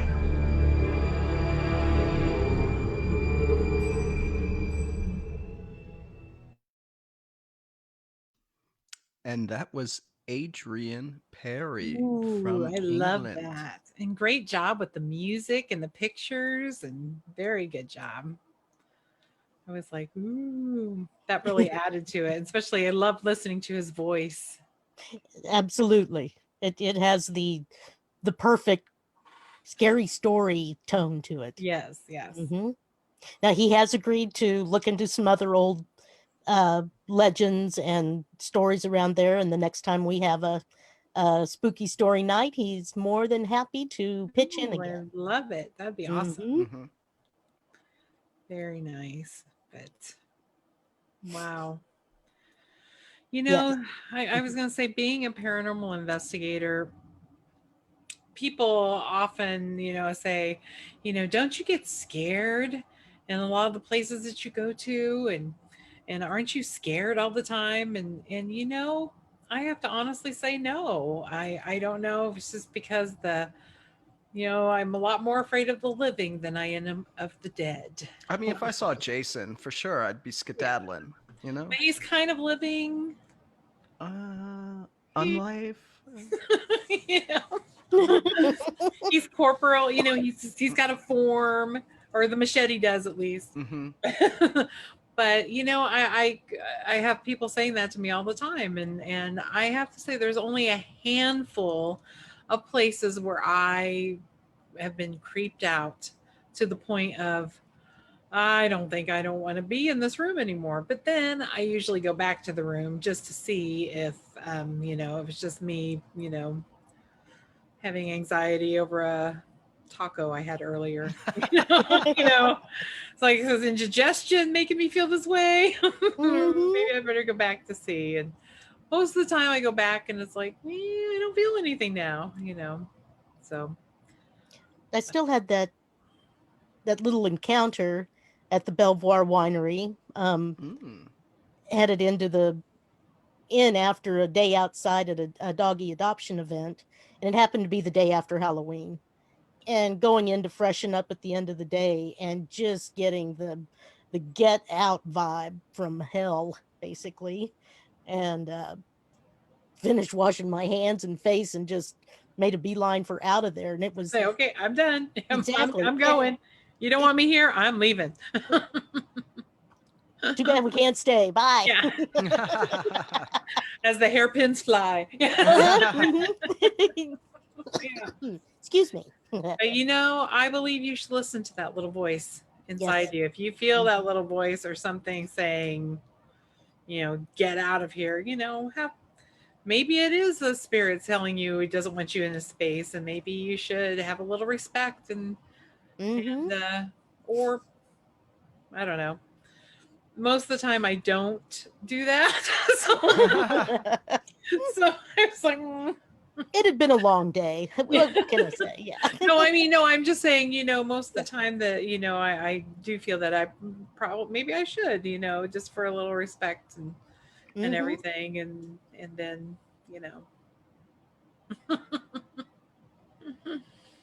but this was really fun. We still have 10 minutes left. So what can we think of to tell? Well, of course, I have another video story. That's what I was hoping. Ooh. This one, I might have played it before in the past, so I apologize, but it's my absolute favorite, and it has actually done the worst. on the podcast Really? No. and my website. But this one is called St. Paul Ghost Story. Oh, yeah. Ooh, So let me just bring this up. cue it Thank up. you. I love these And- stories. And good Share. job queuing up the other. Oh, thank you. Very nice. So this tale begins now. Come on, YouTube, play.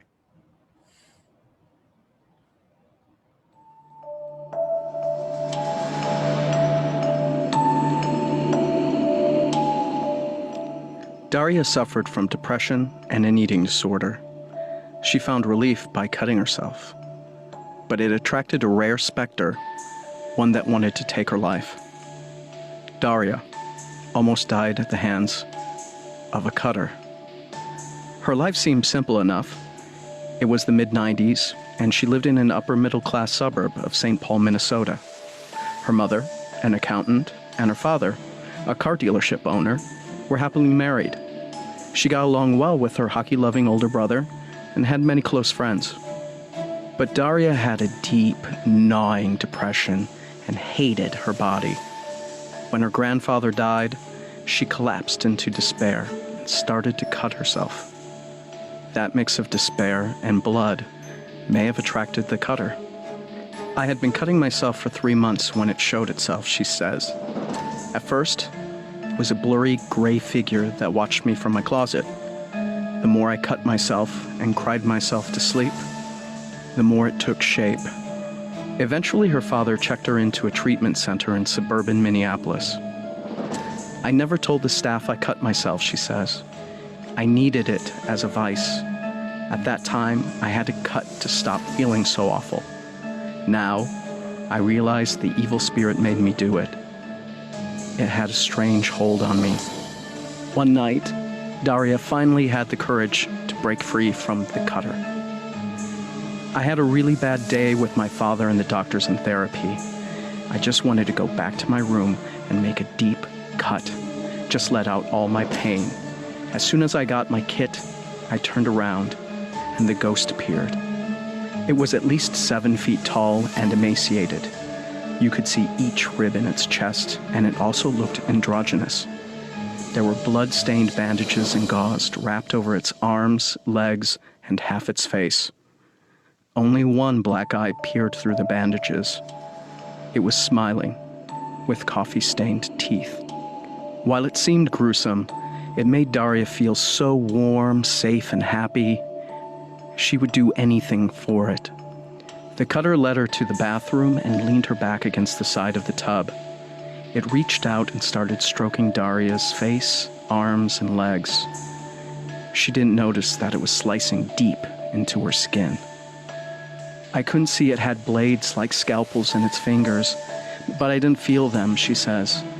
I looked into its face and just nodded, yes.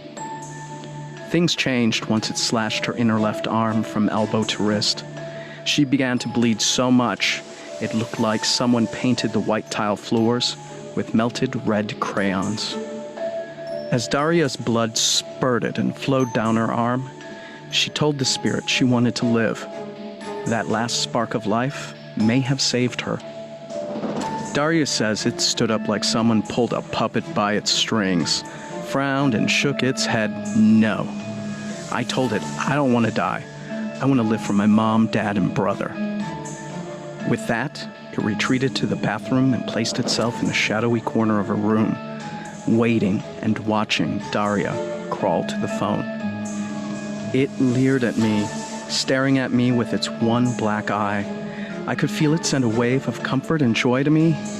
It wanted to delay me from calling a nurse. If I did that, I'd black out, and I'd die. She pressed 0 for the nurse's station and muttered, "Help," into the phone. Then she passed out on the beige carpeting, next to the phone, and in a growing puddle of her own blood. When I woke up, I was in an emergency room bed. My whole family was there, and they gave me so much love and support. I knew my life was turning around. A few days later, her therapist visited her. He told her they found her cutting kit, but it didn't have anything like a scalpel in it. He wanted to know how she smuggled one into the center, because they check for weapons. Daria says he wouldn't believe her, so she asked for everyone to put this behind them and focus on her future well-being. Daria has made a full recovery from her depression and eating disorder. She's now married and lives in Colorado with a 12-year-old daughter.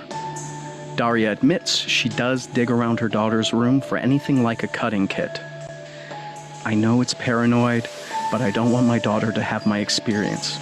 If I ever find a kit, or I think she has my depression, I want to get her help immediately and stop any supernatural beings. To date, the cutter has never bothered her or her family again.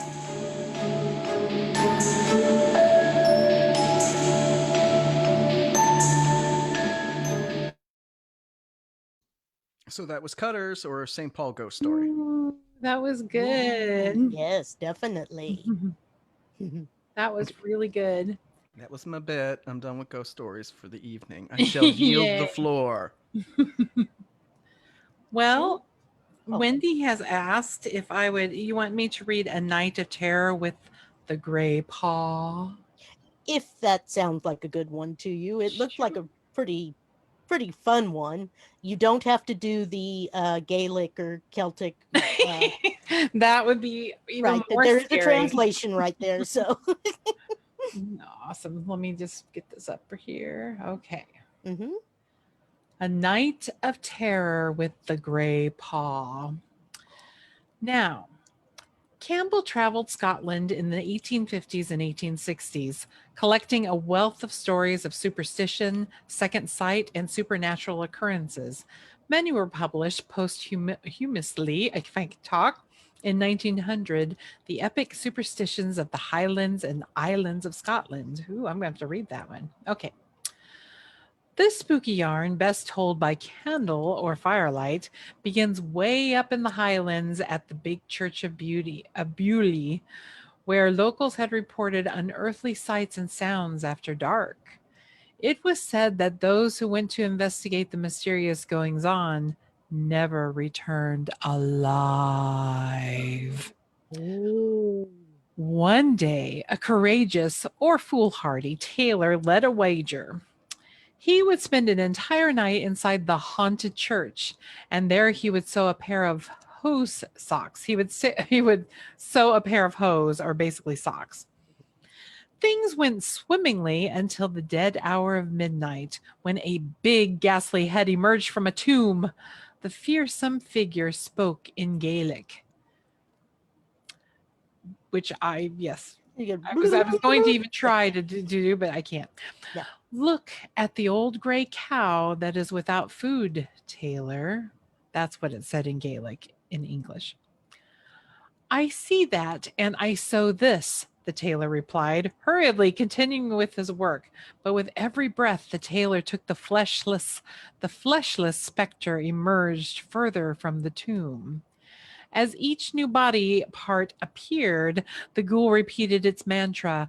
A long grizzled weasand. Let's see. A long grizzled gullet was followed by a long gray arm and a long crooked shank.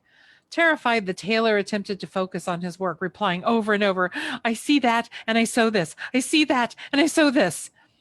Finally, the ghostly body was complete, and it began to reach across the church towards its victim with a long gray paw without blood or flesh or muscles or food, Taylor. Taking a deep breath, the brave tailor put the last stitch into his socks and sprinted for the door. The ghost pursued, grabbing at him with long bony fingers and wailing, a big gray claw that is without food, Taylor. Our hero escaped by the skin of his teeth, but not before he was caught on, our hero escaped by the skin of his teeth, but not before he was caught on the behind by the phantom claw as he leapt to freedom. A hole in the priory wall made by the claw is said to remain in place to this day. And what of the traumatized tailor? The wager was won, but his flesh shook and quivered with terror, and he could cut grass with his haunches as he flew home. That's what people said. According to Campbell, a version of the tale exists for almost every church in the Highlands. At Iona Abbey, there was supposedly a toll on the tailor's hole where a clothier worked incessantly until things began to trouble him at night. Bewley Priory and Iona Abbey are peaceful havens today. Thankfully, we've yet to have any reported sightings of a Gaelic speaking ghoul, a terrified tailor, or his spooky socks. The Grey Paw remains a perfect ghost story for a winter evening. It's easy to imagine the story being told around the fire in Highland homes and shadows on the wall being used to recreate the terrifying emergence of the ghastly body. Ooh. Nice, creepy story to end on. Well, thank you everyone for joining us on Mystic Moon Cafe for our spooky story night. Happy Halloween, everyone. Happy Halloween, Happy everyone. Or happy Halloween. Samhain. Do you say happy Samhain, Samhain? yes, Samhain, yeah. Or Okay. just Mm-hmm. yes, Merry Samhain. Samhain. Merry Samhain. Merry Samhain. Um, Something for Dia de los Muertos. Mm. that's it. All dealing with the ancestors and the thinning of whatever membrane may be between here and there. The veil. Yes. And we'll be doing a live event at the old Everett Theater and trying to summon them to come forth from the veil. Ooh. And also check out Spooked in Seattle, as they also have some spooky Halloween tales. So spookedinseattle.com if you want to check Well, out that too. let's do a little plug for a ghost then, June. What's happening on Halloween? That is the live event at the Everett Theater on Halloween. And so just check out at our Ghost Facebook page. So check out our Ghost public page. Yes, around 9:00 p.m. Pacific Standard Time. So check us out. And hopefully we'll have some great stuff to present. Or you'll see a lot of people falling around in the dark. So, it'll And be that could fun. be fun. Exactly. June, is the Everett Theater where you had a couple of novice high schoolers with you one time? That is the one. Uh-huh. Yes. Mhm. And Tell. when something, the boiler kicked on, it was like they were being murdered. Yes. And I had to grab them and keep them from running because, seriously, I was holding them with all my strength because they were ready to bolt when that boiler kicked on. So yes, it was like really something. And yes, the screams were played on several of our different old radio shows. Yes, yes. It may have even been live. Yes, that was something else. So Mm-hmm. Yes, it was. it's an amazing place, and I can't wait to go back there. And we're trying to raise some money for it to help it because it's been falling on hard times, as a lot of places have been falling on hard times with COVID and everything else, and people not going to the theater. If you can check in and go to their GoFundMe page and help out, that would be wonderful. All righty. I don't have anything planned for next week. What do you all want? What would you guys like to do? We can see. We'll consider. Yes. Consider. I mean, We'll consider. If anybody has any ideas that you would like to hear or see, let us know. Drop it. We could do Gadget Night again with the whole crew, or we've been having a lot of ghost hunts of late. So perhaps we could talk about a lot of our ghost hunts too. EVPers, if you have any. I just got videos. Oh, Yeah. well, A lot of that's people all right. like to hear EVPs. We can play some past EVPs too. I'm gonna eat your soul. Yeah, it's not that one. We won't play that one. Okay. You're gonna play Hubba Hubba. Yeah. Hubba, hubba. Yes. Like the one on the Medea. Was it Medea that got the one on the Turner Joy? It's the old USS retired naval ship destroyer. And Didn't she get one on the ship that said "Hey, cutie" or "Hey, sweetie"? Or was that wasn't maybe that wasn't Medea, but one of the ladies on there actually. Someone got a hey baby hubba hubba. Yeah, something like that. Yes. It's like, oh my. But I would be like, hey, you move that cup, maybe I'll do a little something something for you. Let me get my camera. Mhm. I need that evidence. Yes, please, the evidence. Now, on the November 11th, I do have a circle of witches coming in, Nice. and we'll do a panel of some sort.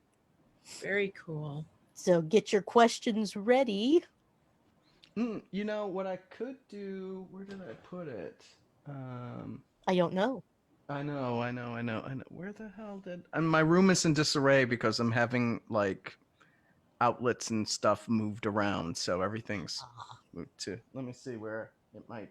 No, I got no idea. I was gonna plug Witchcrafted. I got my box of Your box witchy of stuff. goodness. My box of stuff. I wanted to show everyone what I got, and of course now I can't. Oh, here it is. And Wendy did the logo. That's why though I just ripped it because I had to open the box. Well, yeah. Very had an cool. unboxing. It's got a nice little is it pentacle or pentagram? It's a pentacle. Pentacle with the witch silhouette with I think some ravens on it. Nice. And Jerry Wolf, thank you so much for making this. He approves. But my favorite things, there you go. We got some promotion. That's the logo on the back.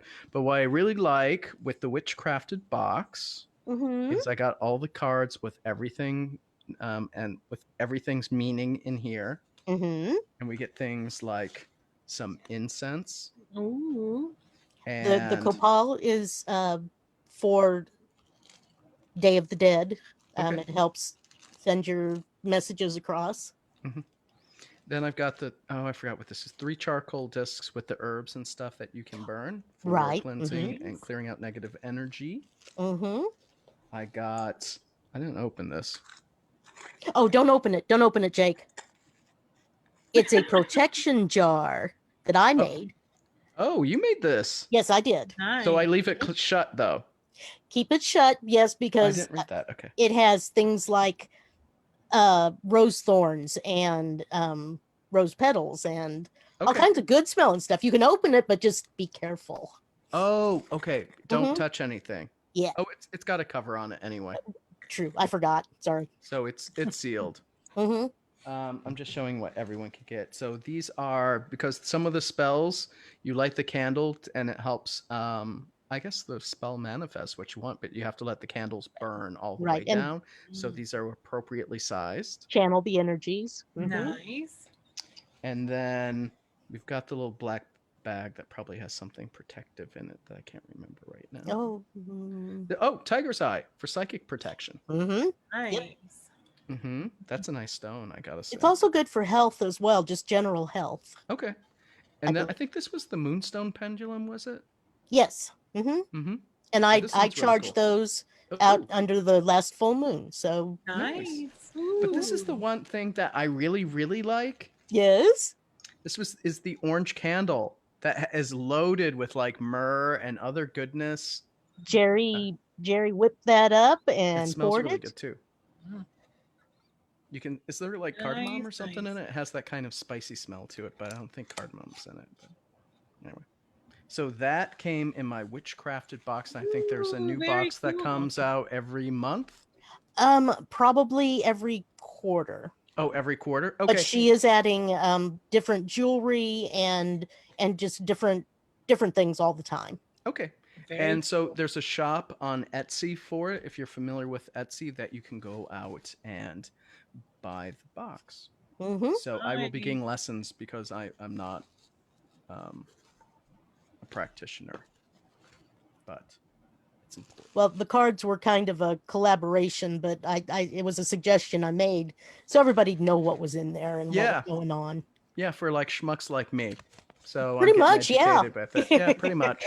Very cool. I like it a lot. I think it retails for around and includes shipping, which is always nice. Yes. It Yep. retails for around, I think, $50.